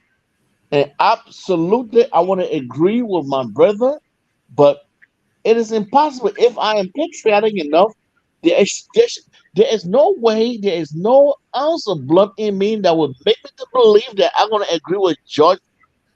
Is it Weeder or Weeder? I apologize for. Widow. I apologize for the mispronunciation. It's okay. And I'm also going to say that Joseph Walker served as vice president for 12 years, my people. I am not saying 1 month or 2 months. He served for 12 years. That means that he was the number 2 president in command. I believe in chain of command. Joseph Second Walker most was powerful able to convince. Don't interrupt me.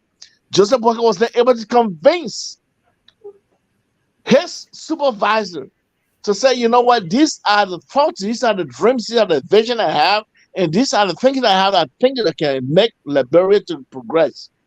He was able to convince one person. That is Ellen Johnson Shirley. And every day today, he wants to pick and choose the part that is good. He said, oh, I was with Ellen vice president. The part that was not good. He said, I was just the vice president. I wouldn't have made any decision. Liberia cannot progress like that. Ellen's not going to be promised. You know, my minute has not finished. I just went 1 minute. I'm watching my time. Don't cut my time short, please. Alexander Cummings has been tested, has been tried. Alexander Cummings is going to deliver Liberia. Please, my people, let's think Alexander Cummings that we want Liberia to be progressive, like to be developed and progressive, like every other countries in Africa. Let's think about Kenya, President Ruto, fierce and famous president. He is doing great in his country. Alexander Cummings is ready for that. Please, Liberia. And I'm begging you. I am from Luffa County, Wachima District. And everybody believes that if you're from Luffa, you should be supporting Joseph Walker. Joseph Walker has been a failure to Liberia, and we cannot trust the future of Liberia in Joseph Walker's hand. Please, Joseph Walker is going to let us down. He is not. He has never performed. He will never. He is already in his old age. He has no vision. Leaders based on vision. Thank you very much. Your time has been exhausted. Rima, it's over to you, sir.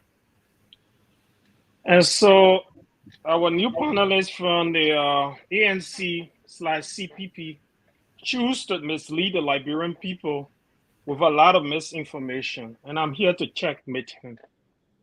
The very first thing he said, Joseph Boakai is the second in command. If you understand how government functions, you wouldn't be making such a statement. That is. Without interruption, I heard you say everything and I waited for my turn. So please, if you understand how government works, you wouldn't be making such a statement because that's a misinformation. The office of the vice president does not appoint, neither dismiss. Has no authority on what ministers do, and nobody reports to him. Excuses. The only is logic. And logic is something that guides human understanding and perception. So when you have a flawed perception, you take on the wrong things and you hold them highly, and you take the truth and dismiss them. And the Liberian people, thank God some of us here so we can checkmate some of these misinformation and disinformation with the truth. There's nowhere in the world where we have a powerful vice president. The vice president is a ceremonious position wherein if there's an issue, the president takes in. At the Senate, where the vice president functions, it's also a ceremonious position wherein he breaks ties. Don't have an active function, except the president dedicate responsibilities. And so when someone comes to sit and want to pin Joseph Boakai black, let them go back to the time he served as agriculture minister, when we Liberians were able to feed ourselves, when we imported less rice than any other time in the Republic of Liberia.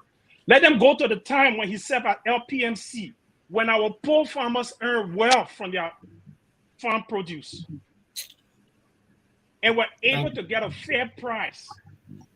If you're not able to rate these things and come up to deceive the Liberian people and say 12 years, yeah, anybody who's vice president in Liberia will not be a powerful person. Example, Joa Howard Taylor, she isn't, and we can't blame her.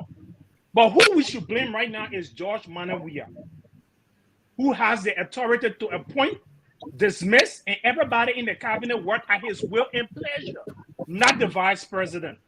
Thank you very much. Cummings. Raymond? Cummings was part and parcel of the alien-led government. Cummings came into the government, he served on the board. The Pan-African Investment Group, Cummings was a part and parcel of. All our bogus concession, the money came through them. They were the ones who wiped the Liberian people money and benefited from vice corruption. president? Okay, Cummings thank you was very a part much, of the Raymond. Pan-African Investment Group. No, And let's do one at a time, sir. The IB Bank that through all of the investments in Liberia went through. They benefited from all of the bogus investment under the alien-led regime. But you can't let them brother the ANC Liberia, people man. would not even mention that. That's hypocrisy to you Liberians. They don't Thank mean you well. very much. Thank you very much, Raymond. Thanks a lot. Sandy? When Raymond cannot blame an elected vice president, but want to blame a man who served on a board for the Liberian people problem, well, it is up to the Liberian people to question Raymond's statement that he just made. I'm in a house with my father. My father is doing the wrong thing for 12 years. I will say nothing. But just before my father died, and I want to come out to say, oh, my father was a bad man just because I want to take over him, the Liberian people will decide. Wakai said nothing for 12 years. And when he wanted to become president, he came up and said, we squander opportunities. The Liberian people will decide. I'm not here to attack Mr. Wakai.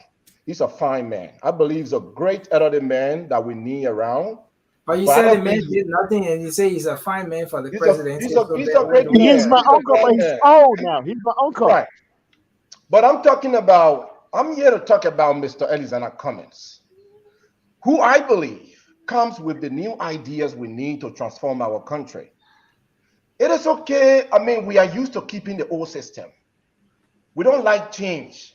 But my young people, when I'm talking to the youth. I'm talking to people who still have future ahead of them. I'm talking to people of my age that cannot point to anything for themselves. And I'm asking you, do not normalize your situation. Okay. Mr. Ellis Ghana Cummings is bringing the transformation, the new ideas that we need to improve the economy, to bring jobs to the country. Mr. Ellis Ghana Cummings know how to negotiate. One of the problems we have and we have had in the past is that our leaders do not know how to negotiate with investors. And when they are negotiating, they negotiate for themselves, not for the Liberian people. Mr. Ellis Ghana Cummings will negotiate for you, for Liberians, for the young people. I want to leave with this quote quickly, Nelson. Mr. Cummings recently said that in his administration, your names, your gender, your religion, your tribe will only identify you as Liberian. It will never be used to measure your capacity as a Liberian, nor the potential of a Liberian child to achieve anything they dare to dream about. I mentioned this quote to say, I brought up this quote to say, look, with the riot, we're fighting each other because of our political difference. No. Let us stop it. We have a good news, a good day ahead of us. Mr. Cummings is coming to unite, unify, and develop Liberia. Let us all ride it around, change the old system, bring in a new Arizona Cummings. Thank you. Mr. Cindy? With deceptions. With Mr. deceptions. Cindy, no, let's please mute. So I want us to save you for the last. I want us to save our sister for the last. So let's take Alfred. Yeah. It will be good because I got plenty of videos to play for you to listen because the brother said I can lie. So I'm pulling out the evidence on YouTube. But you're going to let the brother to back his position. No, I just said we discuss we can't reduce this show to a personal argument. The idea that we should even allow that That's far-fetched. That's not what this show is Let's meant have for. Alfred to It's to speak. Can we have all a mute? civil Can discourse. we mute? Can we mute? Alfred, go ahead. Let me first express my disappointment for today's show. It did not show the level of maturity that we bring to the show. We are all professional people here, and when we are having these discourse, it's just important that we exhibit all level of professionalism. When someone is speaking, whether you disagree with them, give them the opportunity to learn their thought so that we can keep the conversation flowing. We come here to discuss. We say dialogue and not confrontation. Even if somebody goes to say something personal about you, just give them the opportunity to get done, and then you can respond. But let me say this, my brother Nelson. We are talking about Liberia. George, we are the man. George, we are the man. Everyone on this platform loves George, we are the man. Because when we were in our civil crisis, he was the man that was flying the flag. No one can dispute that on this show. But George, we are the politician. He has failed miserably. Evident by his own speech that we were analyzing here. The man said he was going to lead our nation from a division to national unity. If you look at the structure of the government, most of the people come from the southeast. Then you talk about national unity.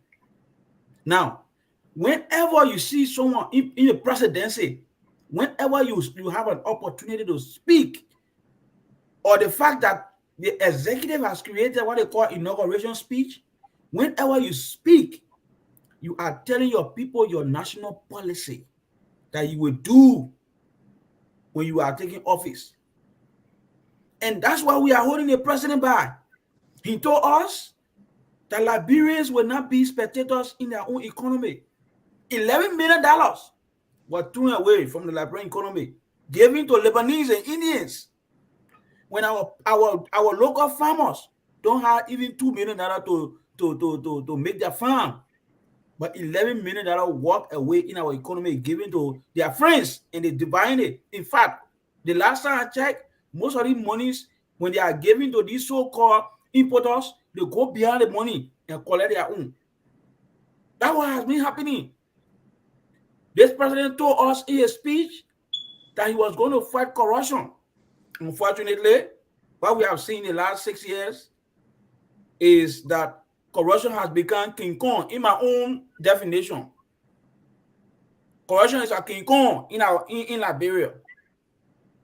Ellen said it was a vampire, but I am telling you it's a King Kong. We have government officials. Another country has to sanction our leaders to tell us that we have our people, they are so bad to themselves. In another country way far away, God can tell us these people, they are corrupt. In fact, they were crying. They were crying to tell our people that corruption is a problem for our country. I will just end by this quote by John Kerry, former ambassador to the UN of the United States. He said, and I quote, corruption, what corruption does for a nation, corruption undermines legitimate authority. And that's why we are seeing in our country. Okay. Corruption, let me just close. Corruption make people the citizen to lose faith. To lose faith in legitimate government. Part A and part B. I am putting on my political hat now. Thank you so much. Let me just end here. Thank you so much. So it's left with Moba. Sharif, you concluded, right? Yeah, my man, my brother Alfred said it all. Sharif said it. My brother I have not spoken, my man. I have not spoken. Like me, my closing was just based on the justice system. Maybe like 1 minute. I will not go maybe about 1 minute. Actually, the justice system has failed the Liberian people. The justice system has failed the Liberian people. Our people depends on the police, the army, the immigration to protect them. But all those entities have failed them. And it is shame to our nation. It's like you coming from school, your father say, I come and pick you up, my son. And then your father come and say, I will leave right by the road. And he probably will call, he's not coming again. At the end of the day, he left right by the sidewalk. That's what we're seeing in Liberia today. And let me speak the fact. Our justice system is, my man, look, you get defended. Sedition, no. Our justice system is a mess. Complete mess. It's selective. And justice, I can tell you for real, justice is blind. It can't see my mind, it can't see my power. When my power do wrong, I'm going to prosecute him according to the law. Let us be real. We all love Georgia, but we love country more than Georgia. For me, I believe in justice. Like, anytime I talk to people, I talk about self-defense. I defend myself any minute, any hour, any second. That's me.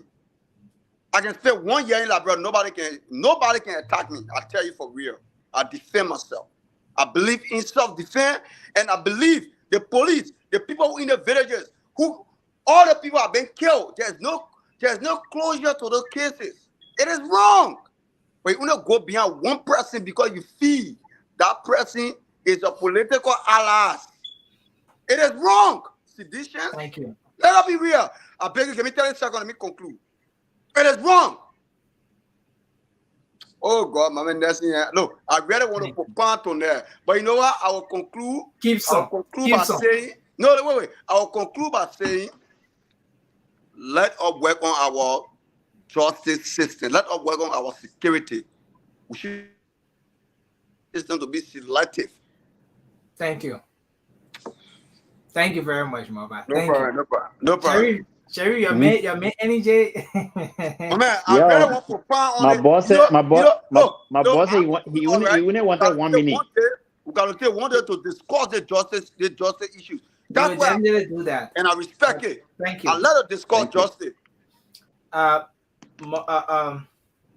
Sheriff, you have a minute, sir. Yes. So again, another wonderful show. I just want to speak to our Liberian people. October 10, I believe, is 60 days or less than 60 days ahead. We have a choice to make. Do you want to have the same? Do you want to live in the same condition where hospitals have no medication, no electricity, no nurses, no doctors, no care? Do you want to live in the same country where there's no adequate roads, where there's always a food shortage, where there's a high prices? Do you want to live in a country where your children that's supposed to be your future are feeling miserably? Our school system are non-existent. The wire result just came out a few days ago. We have over 60% failure for senior students. Is that a society that we want to be in? Do you want to live in a country where that the only development you get to show for is a park that turns to a river when the rain falls? Is it a park you're going to eat, or you want job, or you want employment? Do you want to live in a country where you're not safe? Or police cannot save you, military cannot save you, your president himself that's supposed to protect you cannot save you? Do you want to live in a country where that you can only survive by begging? Is that a country you want to live in with all the resources we have? That's not how you want to live. Do you want to live in a country where the politician can only come to you every 6 years and give you a T-shirt and a few $100 liberty, and then you throw your future away? That's not the country you want to live in. Stand up and direct the course of your nation. Okay. Make a change. Make yourself heard. Make sure you elect Joseph Numa Boakai. Thank you. Thank you very much. To all of our viewers, to our viewers, we are sorry. I'm very sorry. I actually had the internet turned off. Yeah, wow, during that the calling test I segment. was that testing my So brother, a testing my lot of brother. people tried calling in, but you couldn't get through. So I'm sorry. Yeah. So hopefully tomorrow we'll take more of your calls. I understand so many of you want to participate, but we have to end the show and we can't take calls for now. So let's go to our sister now to take us home. The floor is yours. The firing sister. The firing sister. So Raymond, first of all, don't put first fire of all, on I me. want to appreciate first of all, I want to appreciate all you guys on this platform. But let me send this as a way of a reminder. It is important for us to understand that when we come on the platform, let's discuss the issue. If somebody attack my political leader, I should be able to defend my political leader, not attack that personality. Because the thing is, if I attack somebody's personality, they too attack my personality, then it turns personal. Okay, so if you got something personal against somebody, you want to take up issue, use your own page to take the issue. But when we come on this platform, let's stick to the issues that are national concern, not individual concern. Because individual, while we all here can make up story on each other, but it will not have the impact they have on the nation. For me, people have said I can lie. They didn't cause me say I can lie, but I stay into America. Some say I was on sanction, but I stay rich here. But that's not the issue. Now, before I start to play you guys the video as some of the questions that I asked, history is never erased. It is always written, even if it is hidden. If you search, you will find it. Some of you on the platform remember when President Annie Johnson was president that day at the City Hall. The Tottenham student, the different students circled her convoy and insisted that she get out of her convoy to work with them to foreign ministry. Do anybody here remember that story? Thank you. Similar situation happened under President George Weah. The difference was he was in his office and the student gathered outside. Let's see what was the response. Before I play that video, another incident of violence. What was the video for? If you want to No, watch George, please meet yourself, George. Come on, Maybe bro. we should put George in. Let us not do that. Maybe we should put George in backstage for Let our us sister not to do speak. that. No, listen, guys, we can do this. But look, with the Let's video, move. the video have Let's- to go through Nelson, and then Nelson chooses. Very which good, that's what I video want to say. we don't have to So, put. Yeah, so Oh, let me the just say Nancy. this. Okay, no, I don't know it. Nancy, can you Yes. please send me your WhatsApp? Yes. Let me share the link But with we you. can do it tonight. Not today. Not We today, guys. agree. Listen, no, George. Gentlemen, let George go in the backstage, man. George, No, let's handle the let's Now not you do this. care? Yes. Y'all Gentlemen, know how you do. You know how seriously Trini, oh my man. Who does? Why can you have blood pressure here? George taking Let it too George relax. personal We'll now, handle man. issues. We'll handle the issue. Don't worry about it. We'll handle it. Okay, so listen. I'm posting. I'm pinning my number on the stream. You can send that video to me on WhatsApp. Good. Okay, then you will play it for tomorrow, right? Yes. Definitely. It can be today. That's it. Okay. You got the time. No, I'm not playing all that eight today. Oh. The rest of it, I will send it to you, but I just wanted to use this as my closing statement. So at least. But even so, you gotta send it to him. You can play it. That's it. Yeah, That's it. look, Okay, this no problem. is an No empty problem. I thing. will still send it. This is an Tomorrow, empty next thing. week, I will Yeah. send you all the traits of events of violence of CDC from YouTube. I will send you over 100 different videos of violence of CDC. But as we are here, I want all So of the us to number on remember the that we screen all there got our is the number candidate. you can send it to. Any of the numbers on the screen there, you can You send can it send to. it to him. Yeah. Yeah. In fact, let me take a picture right now so I can be able to send it to you right after the program. Yeah, So yeah. as I was saying, guys, we all got our candidate.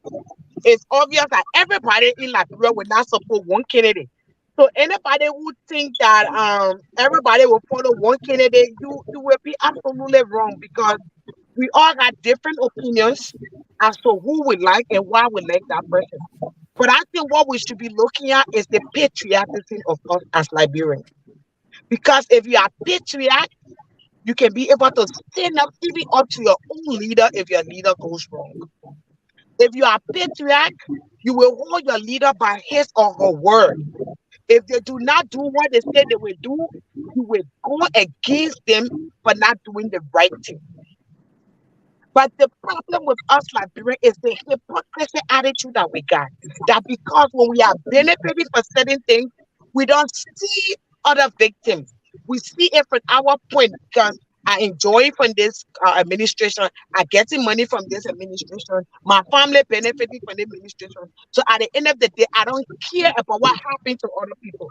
But let me say this to remind all Liberians: CDC is on a trench of revenge. And that's why I'm emphasizing on these videos to be played so that people can go back and watch these videos and watch the different protests and what was the result. The CDC is on a path of revenge. Everything that happened prior to the second round election in Liberia is exactly what's going to happen. The CDC is not going to back out. The CDC see this as a paid debt. On November 7th, he said they're not happy at the party headquarters where we lost one person. Trust me, the CDC is intending to do the same thing because they lost somebody, so the other party must lose somebody too. So I would say this: in our society of today, being a president who has placed soccer, you might not be that exposed. But at least when you become a president, you have the opportunity to sit with world leaders and discuss issues. Even if the people surrounding you are not properly advising you, you can reach out to other good leaders that are leading that country properly and seek proper advice as to how to govern your country so that your country can move ahead. But I really want to know. They say George Weah have done well. So why is it that Samuel Twe had an accident? They have to fly him out of the country. The president said he have built more hospitals in Liberia, more than any other government since 1847. I wonder why when we got emergency, the vice president have to go to Ghana to get her own treatment. Yes. I wonder why we have to fly the senator to India for treatment and he has to pass out there. So there are a lot of other instances we can live. But I just want to say this to us tonight on this platform. When we come here, let us discuss the issue. If anybody come up with issue concerning your party or concerning your standard bearer and you don't like it or you think it's not true, research the information, ask for research or ask for the link so that they can give you the link so that you can be able to argue properly. But above all, I want to encourage Liberian people. I want to tell you this. This is my last second. The reason you see everybody going against Joseph Boakai, my people, it is because they know in themselves that Joseph Boakai will audit them. They know in themselves that Joseph Boakai will send people to jail when he cut your hair in the cookie jar. And so they will all gang up on him. They will gang up on him. They will do everything but Liberian people. Let me say this. There's a saying. They say you can use the old mat to plant the new mat. Thank you. Learn your lesson and kick George Weah out. Almost 1 o'clock, my brother. Nothing won't go on. You go protest, you get hurt, you go to See jail what I and said die when I there. said my sister is a firing sister? But you know, is she disappointed? You don't bring Oh, see, firing was not in the sense. The firing was not in the sense of the exchange. It was firing that she can speak to the issues and with so much force, so much information, and so much. And Nelson, I recommend. We chose to not interrupt. We chose to not interrupt just because we're respectful. It doesn't mean that we agree with you. Let's say this. Beginning tomorrow, anyone who interrupts, if it is not, if it is not your time, you interrupt, we'll pull you backstage. You'll be backstage for some time. If we get somebody in studio, we'll bring that person and replace you with that person. So we just want to make sure that we do things according to the rules here. But so God, Nelson, I got one suggestion for you, right? I want you just to get our minds of everybody on the panel, right? who is your first choice, second, up to maybe 4, and see what it trends like. No choice. Not today, probably not today. Wrong. That's No, wrong. That's being divisive. Don't implicate the That's being divisive. judge. That's being The objective. judges got nobody. The judge is neutral. No, I ain't got nobody. No, but this is right. The man neutral. That's being objective. If you're Petra, if your candidate's not in the race, who else? Because there's no one person has just one single opinion about everything in life. So if you're objective and liberal matters, we could look at some other things. So if your candidate's not in the race, who's next? And we can see Okay. who stays because some people. No, listen. This argument is for you people, the minority candidates, right? Because a lot of us here are JMB, but for second options, who might have some of your candidates, it might just bring your candidates up. When there are so many of them in the second option, it brings you up. Go for CDC. But look, let me tell you this. Let me tell you, I'm for all opposition. Okay, that's it. That's why I don't attack no opposition. I'm for all opposition. That's the reason I don't attack no opposition. My whole attack is on CDC. And for me, if Joseph Yuma Baka wasn't in the race, my second option is Gonglo. If Gonglo's not in the race, my third option is Komis. If Komis not in the race, my fourth option is Karen Mulba. That's it. That's but me that's right it, my man. That's it. Thank you very much, guys. But no, at some point we will come together. At some point we have to come together. We cannot continue within 9 minutes. But you know what? Thank you very much, guys. And for me, I don't understand the bitterness among us, the opposition. We attack one another. The ANC attack Joseph Yuma Baka more than they attack the CDC. Thank you, guys. Thank you, guys. No. We are all the Gonglo people. I never seen no Gonglo person that. Yeah. We are all in the market selling our voting right now. No, but you have to sell the voting. We are not attacking. We are selling ideas. I don't think I've ever attacked. No, for you, no. Sandy, you haven't attacked JMB. Yeah, so we are still in the market selling our voting. Now you're not a typical ANC person.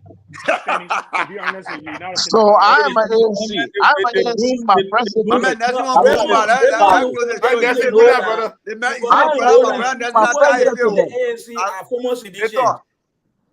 Hey, you know that? Oh, I'm a former ANC came out of CDC. I know. ANC out of CDC. So most of the guys can be on the ANC. I mean, you're good night, man. Hey, George, good night, brother. Sleep well, brother. There's Gruntos seditions. My man, good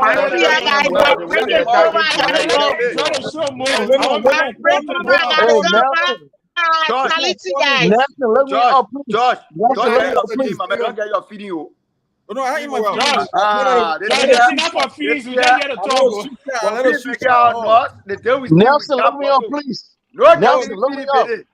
Definitely. But to be honest, right, gentlemen, let me commend Justina. She got a very thick skin. No, but no, she does that. No, she does that. No, she does that. Tomorrow, we'll see her tomorrow. No, she does that. She got thick skin. She does that. We just try to be respectful, but she does that. And let me be honest, right? My brother George got a lion heart. Job, you know what? I respect George. George got a lion heart. George, honestly, easy for I look you. Cindy is close to being objective. Cindy is very close to being objective. I respect George. Justina, all our videos, send it to Messi, right? Messi gonna play that video tomorrow. Right now to start checking in line. Very good. I will put George's tomorrow, 8 o'clock, 8:30, I will tell Messi, that will come on the show, I will call him. I will call out tonight. I will call out just for me to be here tomorrow. I will call out tonight. Yeah, we need female tomorrow. Actually, we need female tomorrow on our show. And Touré is very objective. Sandy is very close. The only thing that God Sandy not very objective, that ANC. Stop messing around, man. Because stop messing around. I respect I have no comment for you. I have no comment. Procedure. It doesn't mean that she's on out. No, we just try to respect her and listen to her. That doesn't mean that we agree with everything that she said. No, you gotta agree. That's it. That's our opinion. You gotta agree. You agree or you agree. That's it. What you say, the fact of the matter, we just want to make sure that the panel is safer that we can exchange our ideas without talking, around on it at each other. Yeah. Make it look nice because people are watching. And so the You plan see, is great I for like to be among men. I like to be among men to discuss. Because where I came from politically, this is one fight, right? where I came from politically, I got thick skin because I have conversation among men. The only issue I will have is when you attack me personally. When we're discussing the issue, if I bring up issue that has to do with the candidate, if I say, for example, Mr. Cumming A. Jola right to Lokitan, and I'm lying, challenge Mr. Justin or bring up the proof. Proof it. That's it. That's how we discuss. Right. When we do these things, Yeah, if I that's it, see man. any Almost 1 information o'clock, about man. We gotta go. We gotta go. Guys, see you all So, tomorrow. gentlemen, but before we go, make just it right tomorrow. one second, right? All our political leaders are vulnerable to critique, but those of us on the panel, we are private citizens. We are not vulnerable that's to why this level I of don't critique. attack individuals. So I when don't Justina attack you like critique that. George Weah is our president. Every citizen has the right to critique him strongly. But Justina is a private citizen. She's not vulnerable to the same critique. That's true. She's critiquing George Weah. Agree, because Joseph Ima Bwaka is a political leader. He's vulnerable to critique. Justina is not living on taxpayer dollars. Yes. So she's not. You have money to pay. You have any taxes to pay. Every year, Nelson, I want tomorrow. If I pay you and you send your children to school on my tax dollars, I'll criticize you anywhere, anytime. Definitely. Yes. All right, guys. That's why you see me. I do not go attacking individuals. I attack the political leaders. You be on because these are the people that are accountable to, they answerable to me. These are the people I go after. ANC suppressors. But I can see ANC if there's going to be a second round. I can see ANC going with tomorrow be CDC. Tomorrow be street. Tomorrow I can go video to that. I will place that video in. ANC suppressors. And the thing that surprised me yesterday, after the unprovoked attack, ANC people were attacking Unity Party. No, you've been standing this for a long time. You see, listen, when you say ANC, say some ANC. That's what I mean. Oh, say some ANC because I saw a lot of other ANC who posted condemning what happened. Yeah, but we got some people in the ANC, not all of them. Some of them, they are obsessed with politics. They are obsessed with power. And so they don't even see that some of them can say, instead of Biden being president, they would rather keep George Weah there. And then my first time we see our opposition say, I would rather keep the ruling party and then move on behind Cummings. That means you're undermining Mr. Cummings. I agree with you. I cannot be supporting George Weah. I say, oh, because I dislike Mr. Cummings. Then I would say, oh, in fact, instead of Mr. Cummings to win, it's better that George Weah win. What sense does that make for me to be an opponent? How can you love my uncle more than that? How can you love my uncle this much? You know, just because myself, just because my uncle, right? But I know that he's not the best fitted president. And you're trying to go crazy. I'm back. So I've had personal encounters with Joseph Bwaka in my line of work at the Ministry of Public Works. I will tell you one story before we. You from Lofa County? I'm from Lofa County. My father. You from the poor society? I'm from the poor society. No, you're not. My father is a. Hold on now. My father is a very eminent person from Lofa County. Let me say thank you. When I call his name, he's the first principal for the first high school in Lofa County. Which J. Zeze. Augustine J. Zeze, the first principal for the first high school in Lofa County. Let me say thank you. He constructed the Motolatra. Thank you, Raymond. He became representative from Lofa.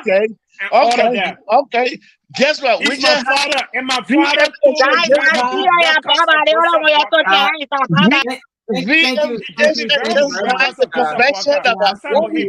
Raymond, we don't see you. Thank you to everybody for we don't see you at the convention. All of you for participating on the show. I appreciate you a whole lot. We gotta go. Thank you. It's nice to meet you, anyways. Nelson, send me that email. Look for me, please. Yeah. Okay. Norris Johnson, look for me. Okay. I will send you a friend request as well. Great. All right, guys. Okay. Good night. Have a good night. So, folks, folks, we want to say thank you very much for being here with us. Thanks for making your contributions in the comment section. Thanks for calling in. And again, my apologies for the technical issues we had there with the lines. Hopefully we'll take more of your calls tomorrow, but thanks for following Spoon Network. Thanks for following the late night politics. My name is Nelson Colette. I'll talk to you again. You can join us tomorrow for another great show. Until then, have for yourselves a good night, and of course keep following Spoon for the best you can get in terms of news and accurate information about Liberia. Yes, sir. A special one from the CEO, Stan coming with the spoon. And your boy, Friday the Southern Band. Charges on the beat.